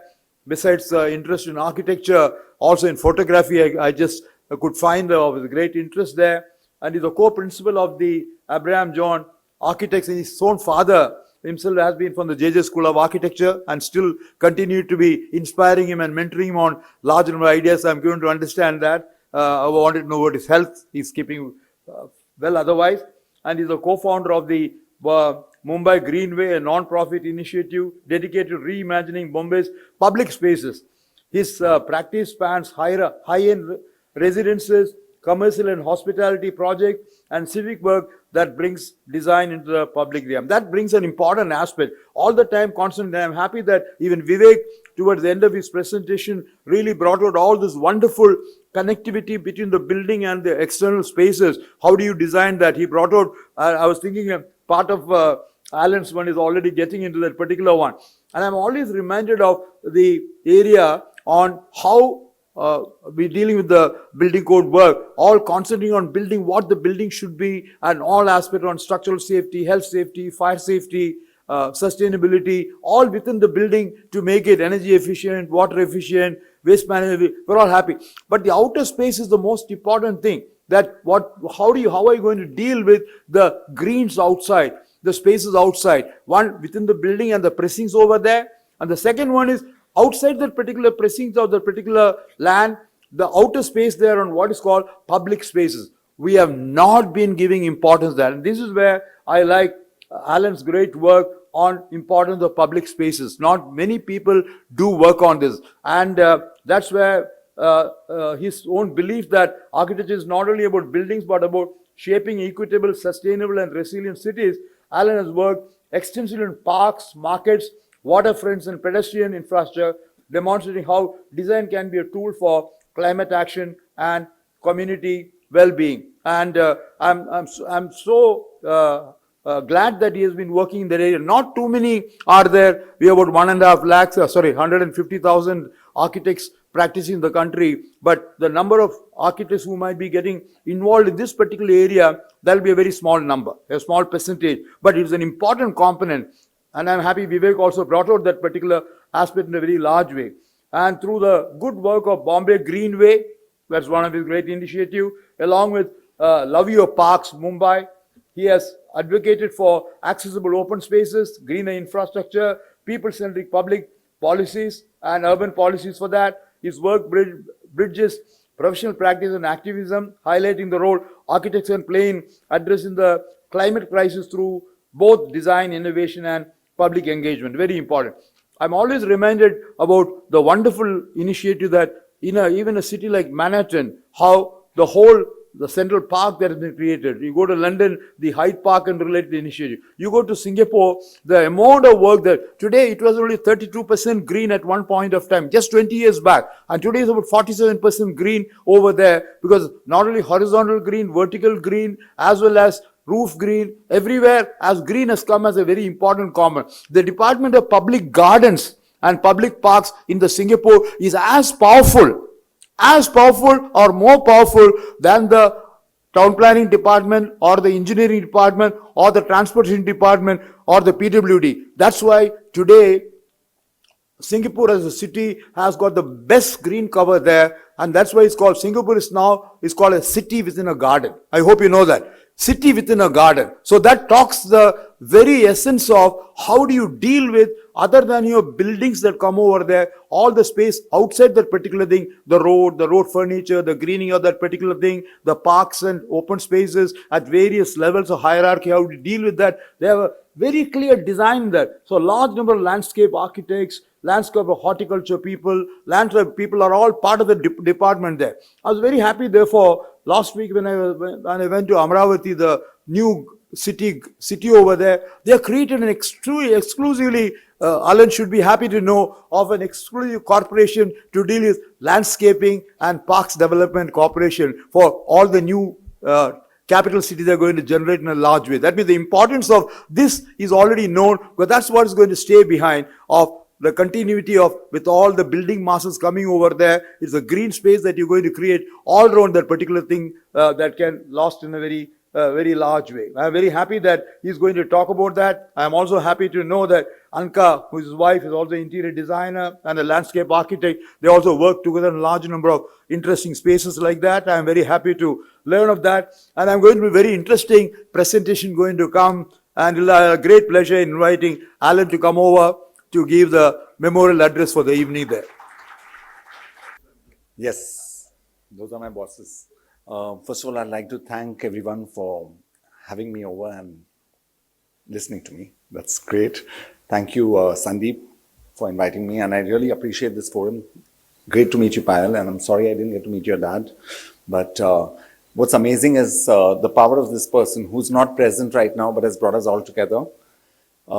It shows how important the work you do is and the legacy you leave behind for the future. So it's very important to be a little more sensitive in life and to influence the people around you. I think it's wow. I mean, I'm really amazed. I'm impressed. A little bit about us. Yeah. So, yeah. Density, I think, is good. Okay. So we'll come to that. But basically, that's my dad. He's still practicing. He's 88. He's from the JJ school. He's established a firm in 67. We're a very small practice. We're like 6 people. And that's my new boss, my wife. So, as always, yeah. So, basically, we do smaller projects, but we do boutique projects, whether it's commercial, whether it's residential, whatever. We do some, so just to give you a sense of the aesthetic and our sensibility, we do some interiors in Bombay, because Bombay is mostly about interiors for us. We don't do much of builder work. And we tend to kind of play around with things, but in a more of an architectural way. We have projects pan-India, so everything is very contextual and site-driven. So this is a project in Jodhpur, for example, and Khandala and Lonavala and stuff. New York, where we've kind of done 2 restaurants. Fortunately, we don't get restaurants in Bombay for some reason. So if anyone's giving us work, we're happy. This is in Goa, where we built around full-grown trees. We changed 3 horticultures so that they would agree that the trees can stay, because the other guys were saying, yeah, you can cut them. Coconut trees are grass.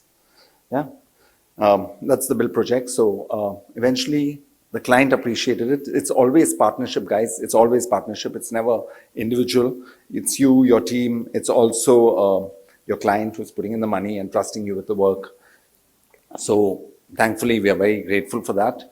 We've done a project in Switzerland where this was completely renovated. It's a 70s structure. And it was very enlightening, because like the windows at the back made smaller because of the avalanche codes and other things. So many codes. Very lucky in India that we have practically no codes. It's very easy. So it's just a bit of an intro to explain some things. And we come to the part where we speak about why design matters for Mumbai. Design is basically, I think, the generator, you know. It makes the whole difference. These are just maps to show you the heat island effect. And you'll find that the heat is kind of matching the high network areas, the high, what do you call, wealth areas. So basically it's about that. And this is the disparity that's in our city.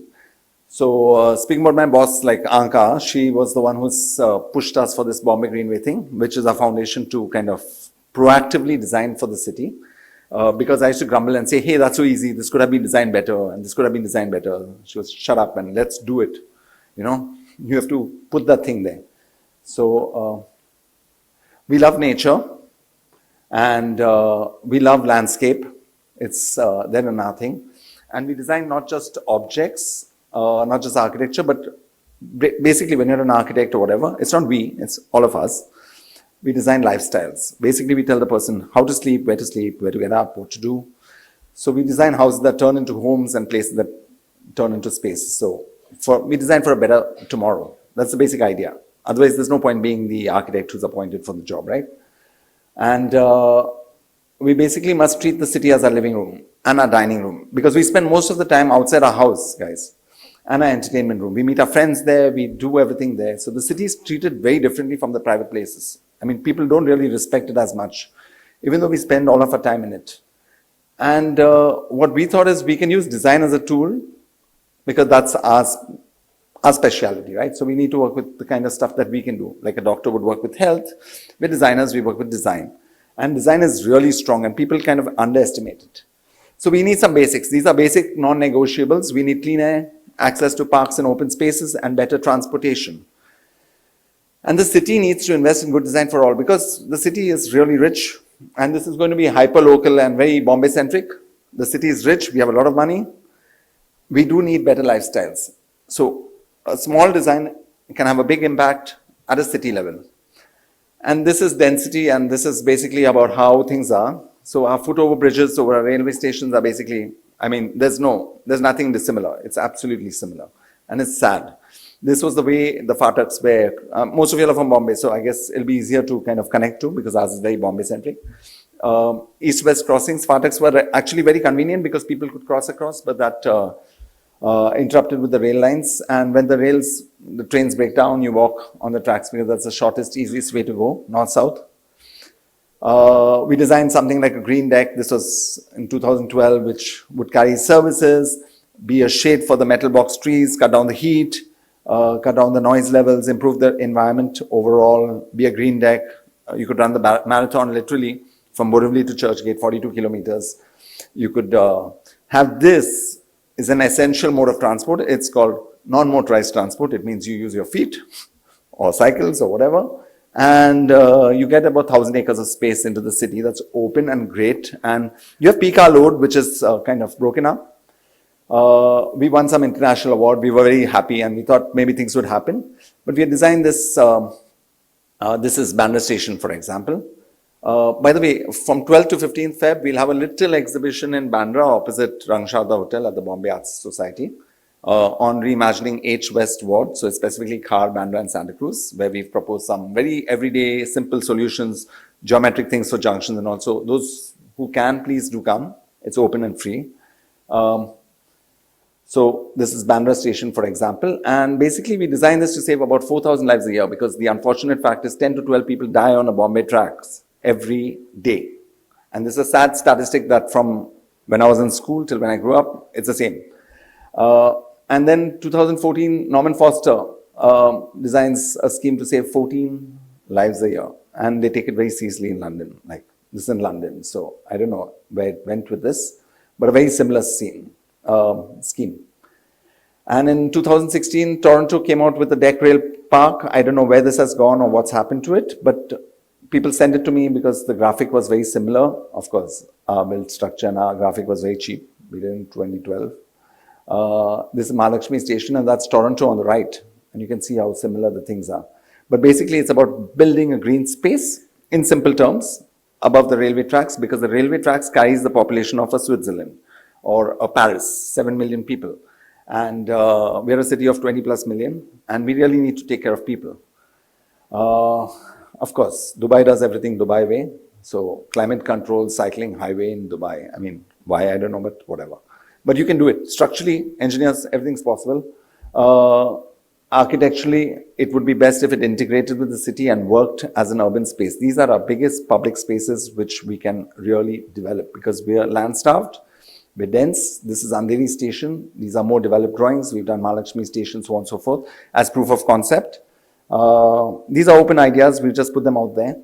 We want people to know that your everyday travel does not have to be stressful, that you can have parks and green spaces, open spaces, de-stress spaces, communal spaces, integrating your lifestyle, and also working as a mode of transport. So this is just part of the network.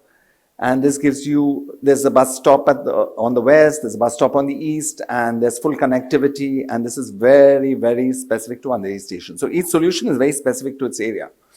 Andheri Station is handling 650,000 people a day. So that's like crazy numbers. So you might as well do something nice about it because it affects everyone at that level. And these are not expensive solutions. These are not like topping it with expensive commercial towers or whatever. You don't have to do that as a city. You need to respect your citizens and give back to society what it deserves. We have a lot of alphabets running the city, like a Western Railway, Central Railway, MMRDA, BMC, MCGM now, whatever. So you have all these guys who don't talk to each other, so that's the sad part. But everything is easily possible, and from a design perspective, we can show the capacity or the capability for change. Those were bigger. We scaled down because we want things to really happen.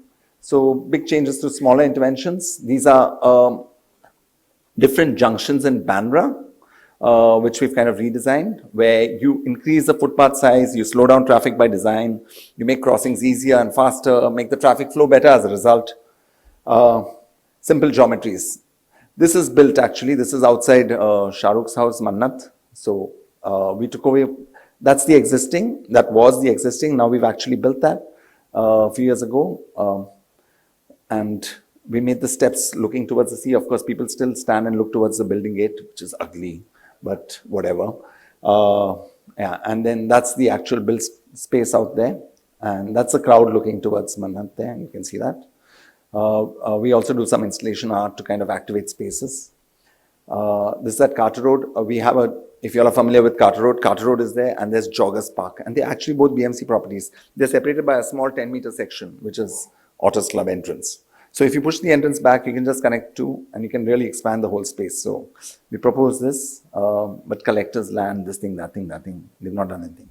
Car station, we pedestrianized this entire space. During COVID, I stood and I supervised concreting, which did not involve curbs, does not involve marking, it doesn't involve anything except for putting concrete on the road. So that's happened.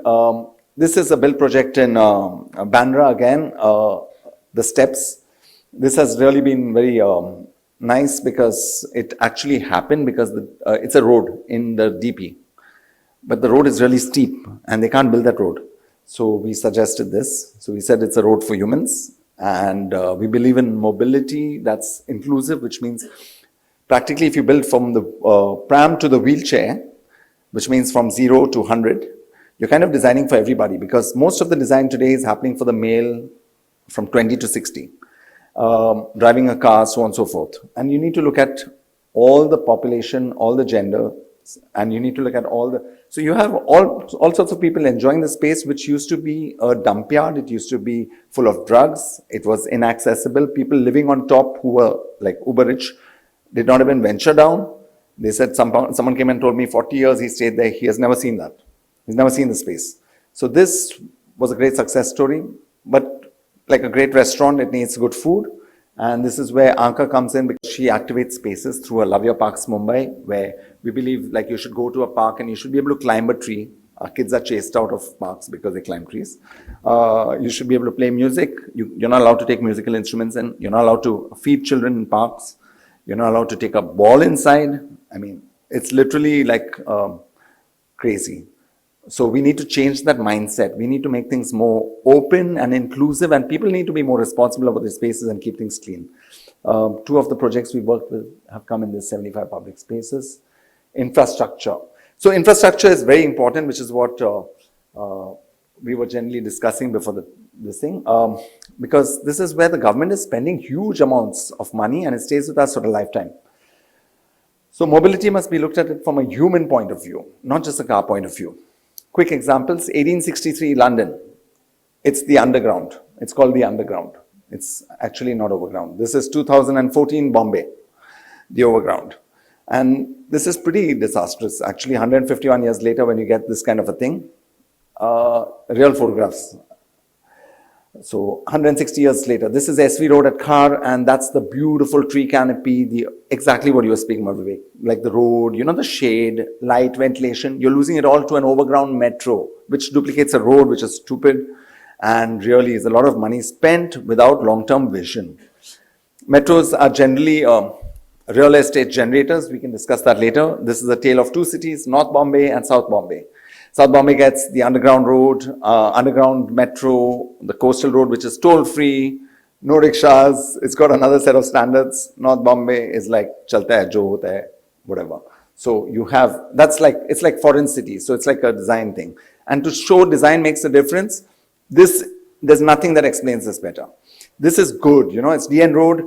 It's got beautiful architecture, arcades, covered walkways and all. They didn't even think of building an overhead. But this is, I've taken a photograph of the metro up north and imposed it. This is not built, thankfully. But this is what they're doing to the rest of the city. As a result of which, we have no geolocation. We don't know where we are in the city, what's across the road. And no one's going to hire an architect to design a building there, which you can't even see. So it kills architecture. It's, of course, killing light, ventilation, trees, everything else. Humans need light and air and need to be on ground. You need the reference. This is Siddharth College.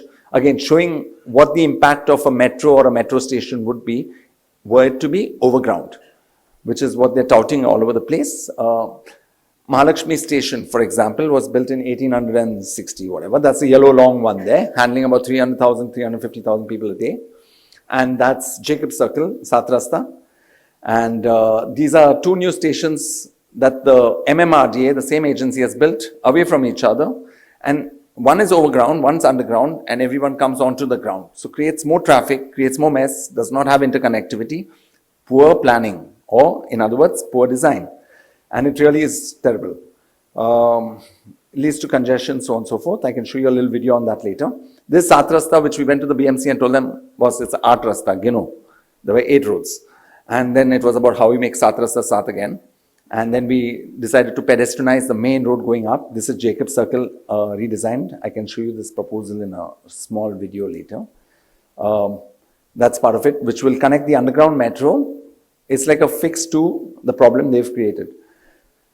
And then this, which is your Mahalakshmi Station exit and the bridge, which is where Dhobi Ghat is, where tourists come and so on and so forth.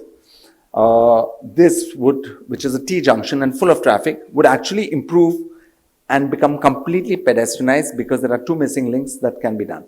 You get 1.8 acres of space just in this segment. And this would be part of a new city center, which would make, there's a continuous 500 acres. So I'll kind of show you that.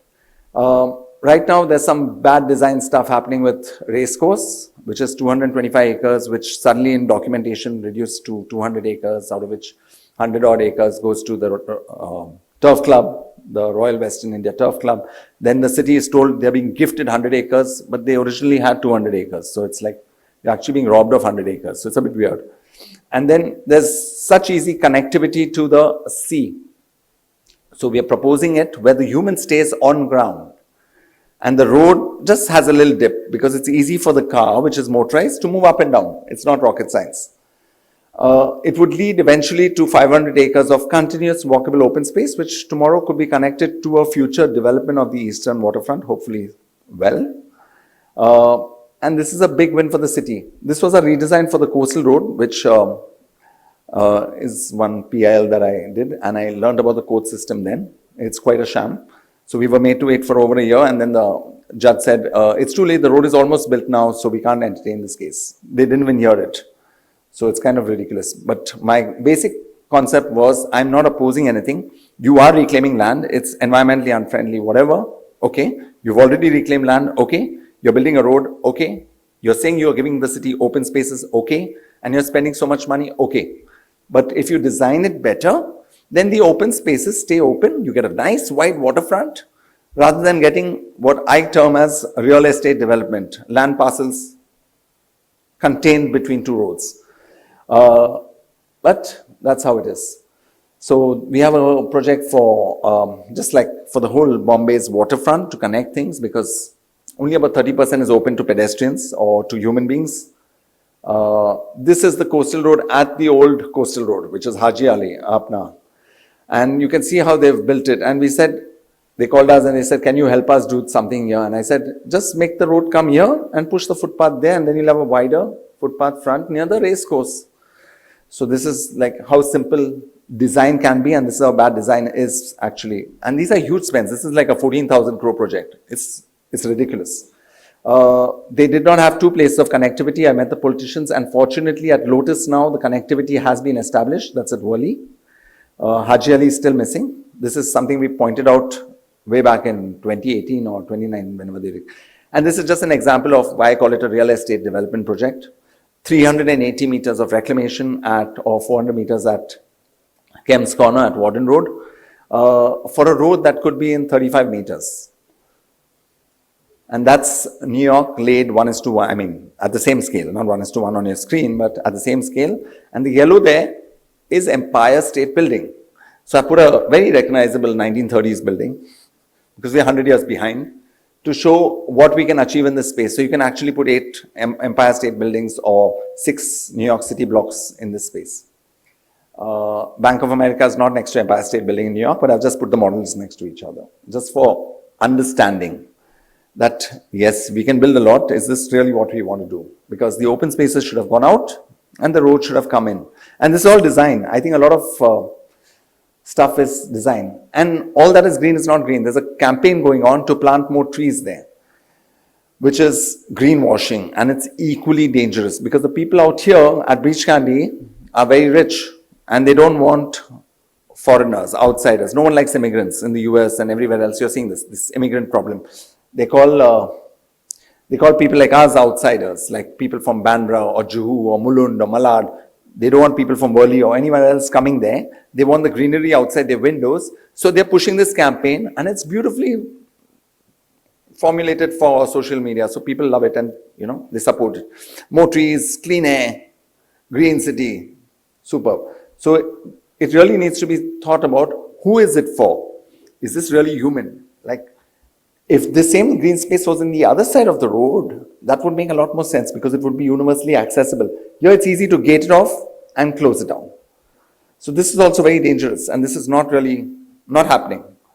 As in, it might happen, not happening for me. And if you see, there's a beautiful example of a walkway that's in Malabar Hill Forest, done by Rahul Kadri. It's really nice. And the thing is, it shows you that the forest for 40 years couldn't be used. Now it's opened up, it's ticketed, and few people can go in there. And that's the sad part. It shows you why a forest really cannot be used, and that you need spaces which are like this, which are genuinely accessible and open to people. This was our redesign proposal. Same parameters. It's like what a client would give you, and then you would design it this way rather than this way if you were the architect. So it's a very simple thing. So our activists, we call activists, but we're not, we might be, but whatever. It's through design. It's like we propose, because that's the power that we have, is to draw, right? Beyond that, we have little control. So this would be more of a universally accessible. You can have trees, walkways. Green doesn't mean only grass and plants and ghas poos and all that. You need a hardscape also. You could have a coastal city.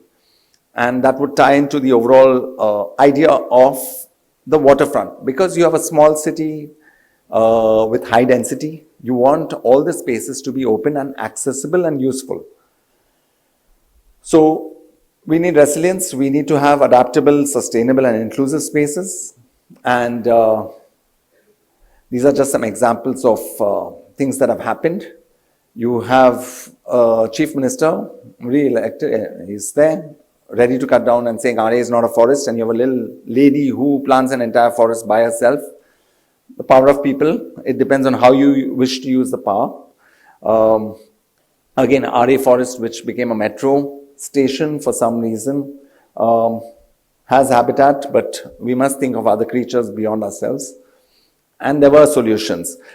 And horizontal versus vertical development, which is where density really works. This is the US, it's crazy. I saw it from the window and it's ridiculous. And then we move towards what is biophilic and all, and we try to recreate trees in our design. These are not mine, but I like and the vertical gardens, all nice, but these are compensatory.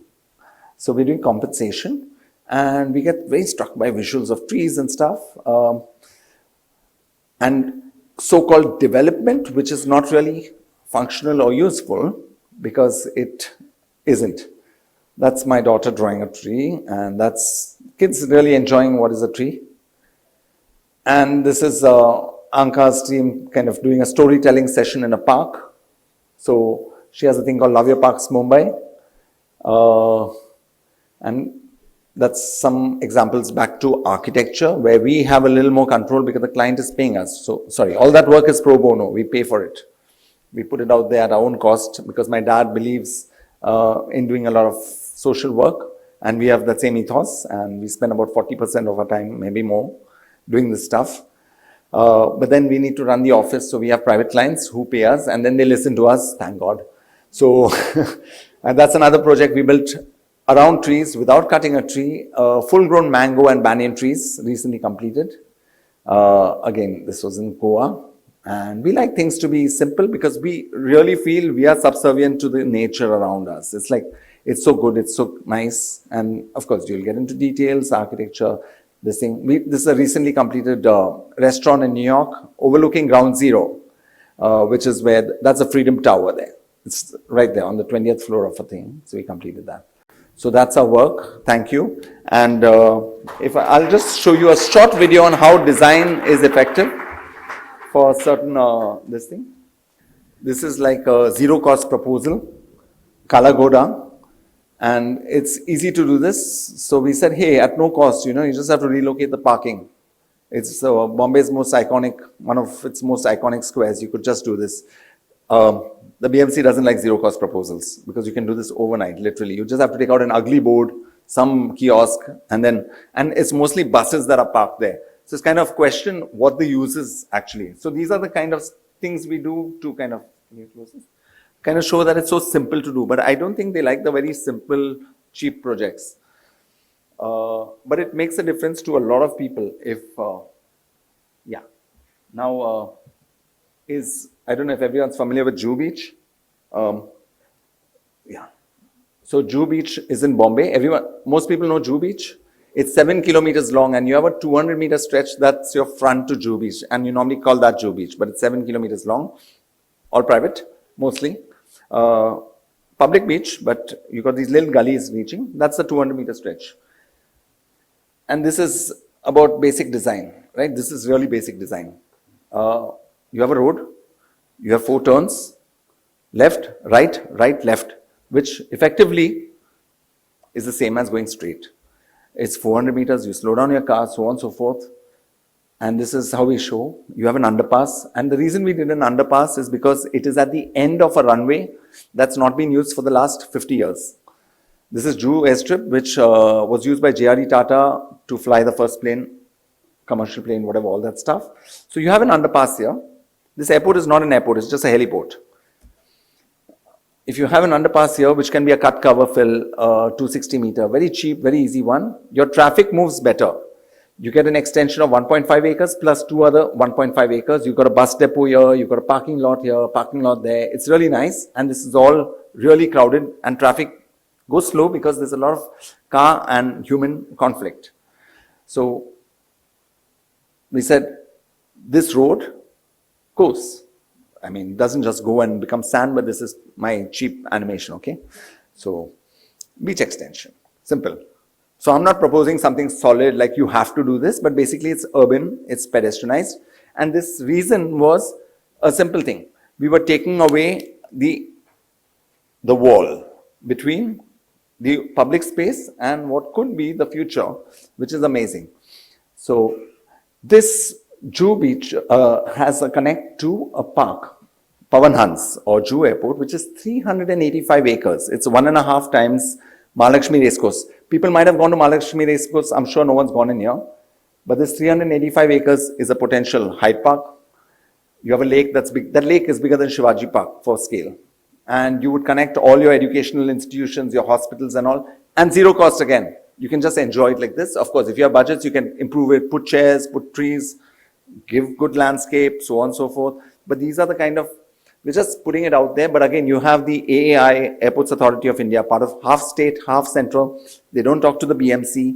And then it's amazing real estate, which in today's terms is only money. I'll show you another one, which is, again, all the videos are normally around 30 seconds. So let's open this.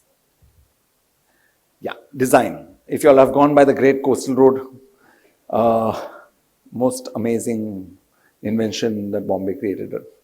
They have this video, and at that point when they were building these ramps, we told them, and we told Heritage Committee also, which said, no, it's okay, that those underpasses, the ramps to the underpasses have got some really ugly covers, and they're on the wrong side. We suddenly moved high-speed traffic to the left. Bad design. Normally you have slow-speed traffic, stopping traffic on the left, and the high speed is in the center. Like the logic in the whole city is the flyovers are in the center. And we said, simple solution, you bring the ramps in, and then your tunnels stay unchanged. We told them that because they're very, very emotional about the large tunneling machine that they got from China. So they said, oh, we can't change the tunnel. I said, no, you're not changing the tunnel. You'll change the ramps to the tunnel. And you can see how ugly it is. And it's like, it's crazy. That's another example. And these are simple design fixes, guys. So especially the students, you're not jaded yet. In your area, if you see a problem, don't complain. Always go with a solution. Go with a counter solution. Say, what would I do if I were hired? Pretend you're hired for the job, because money is a great motivator for most people. And this is at Bandstand. This is a simple thing. This is an existing one-way road going from Taj Land's End to Andrews Church. And it's got so much space. This simple geometry.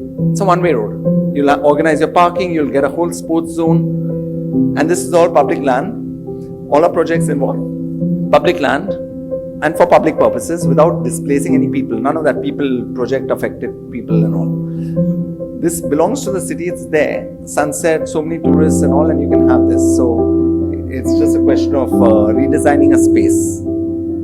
So the power of design is very strong. Hopefully people adapt, kind of, take it on. So that's just to give you an idea.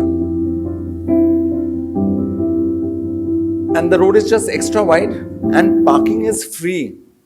So people love parking, and parking being free is a great motivator. So we suggested have paid parking. My God, it's a very bad idea. They don't like it. So that's it. And yeah, I think that's good. I'll show you one last one. That's the Sat Rasta. So connected by the metro here. The monorail is above ground there. You got Sat Rasta here.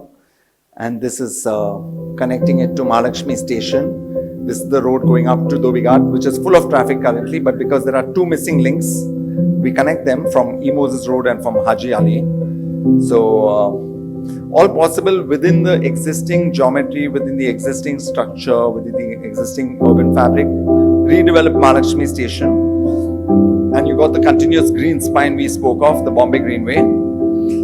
So, this is existing platforms, trains, everything else. So not like disrupting the entire thing, because every time you speak about it, they say, oh, 7 million people a day, and you can't disrupt the whole thing.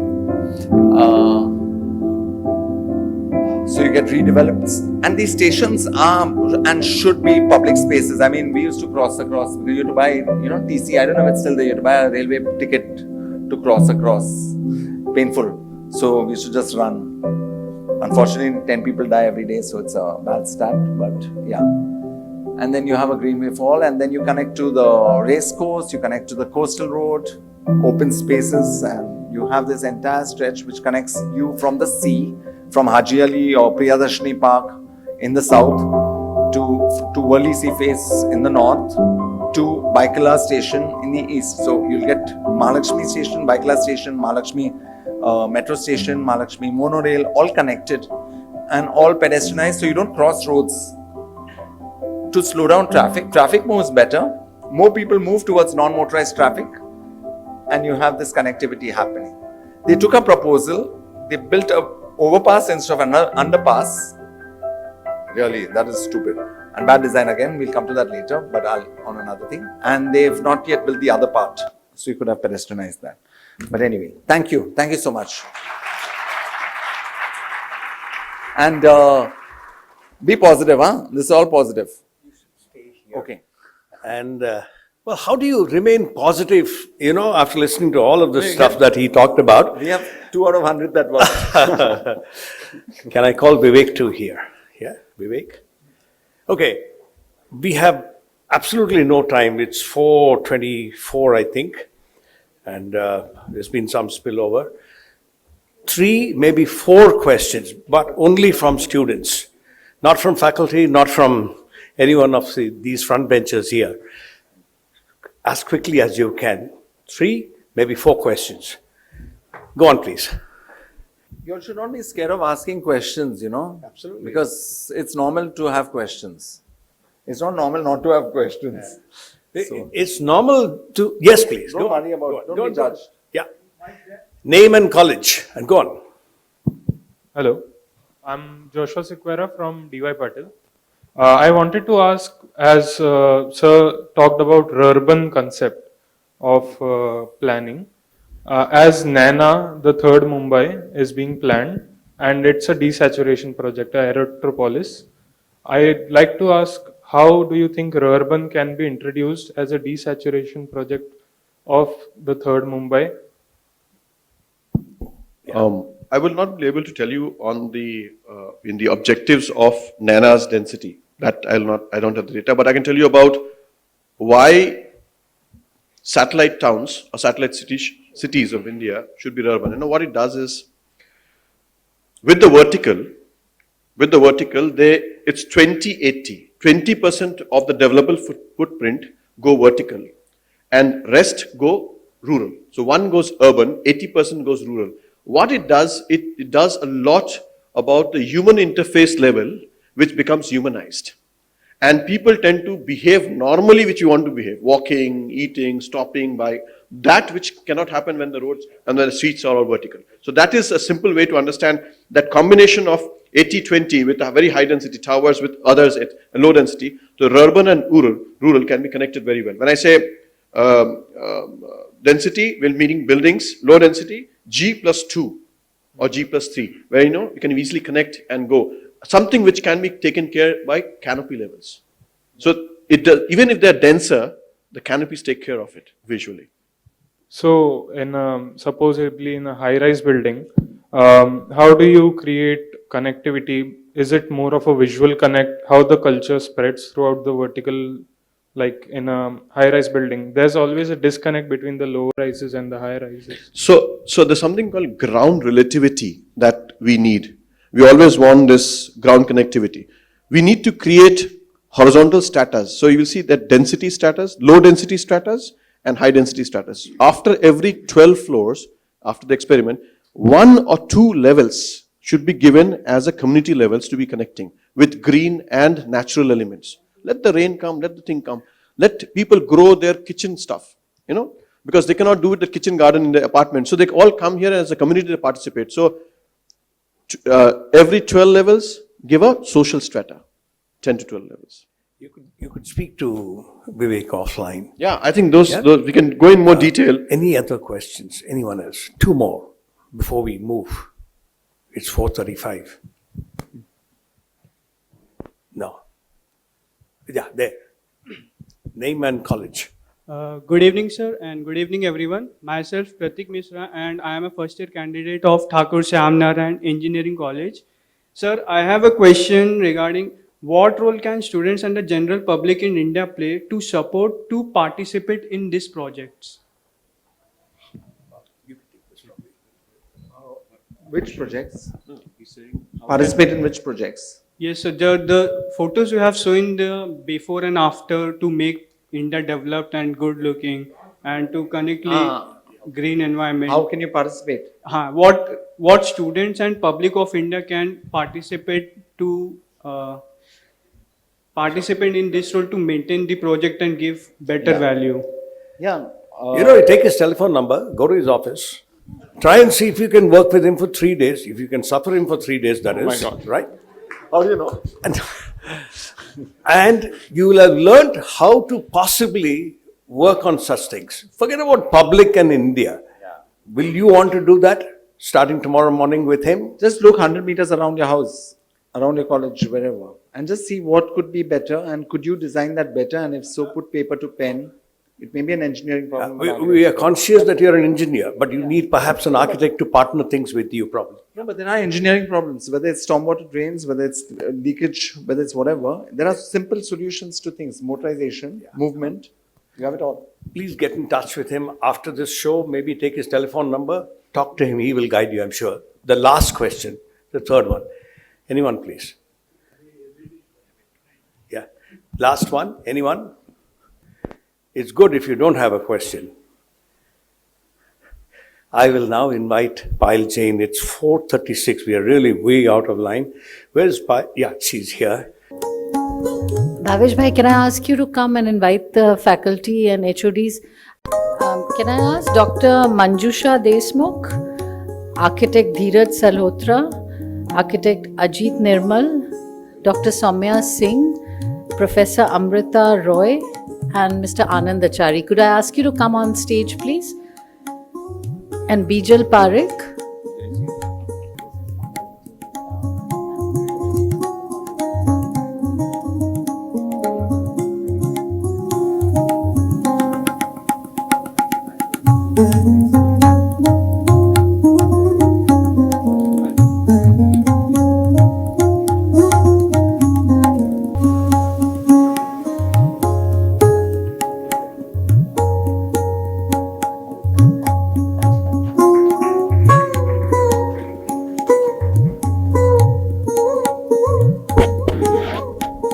Dr. Manjusha is from Saraswati College of Engineering, Kharghar, and during last World Green Building Council, we have a fantastic program at the auditorium of Saraswati College of Engineering. So thanks once again to Dr. Manjusha and Dr. Soumya Singh of Saraswati College of Engineering. Dr. Soumya Singh, yeah.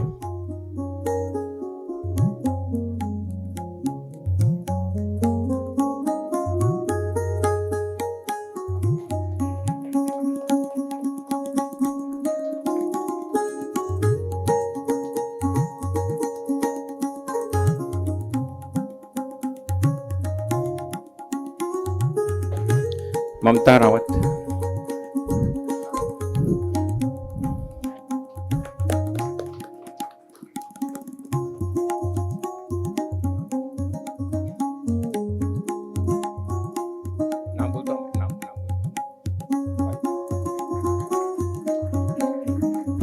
Anand Achari Saab from Vivek College of Architecture. We have similar program at College of Architecture, Chembur. Thanks once again to Dr. Anand Achari Saab and the team. Bijal Parekh. Bijal from SSA, always supporting the IGBC, PJMT activities all times under the leadership of Sandeep Shikre Saab.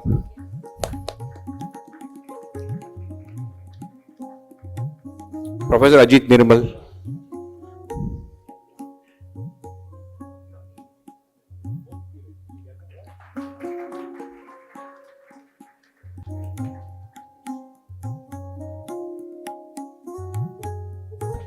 Professor Armita Roy.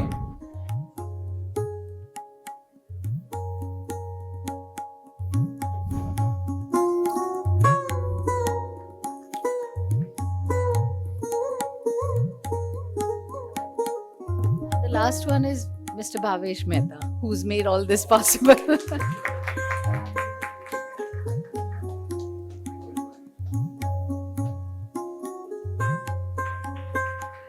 Thank you, everybody. Once again, not that it's needed, thank you. A big thank you to Sandeep Shikre, to Gurmeet Singh, of course to V. Sureshji, then Mala Singh, all of who have taken a whole day off, maybe more than one half of the day, to be here with us. These are people you should connect with, all of your students. These are all people who will never say no to you. See what you can learn from them as you go further. Yeah, thank you.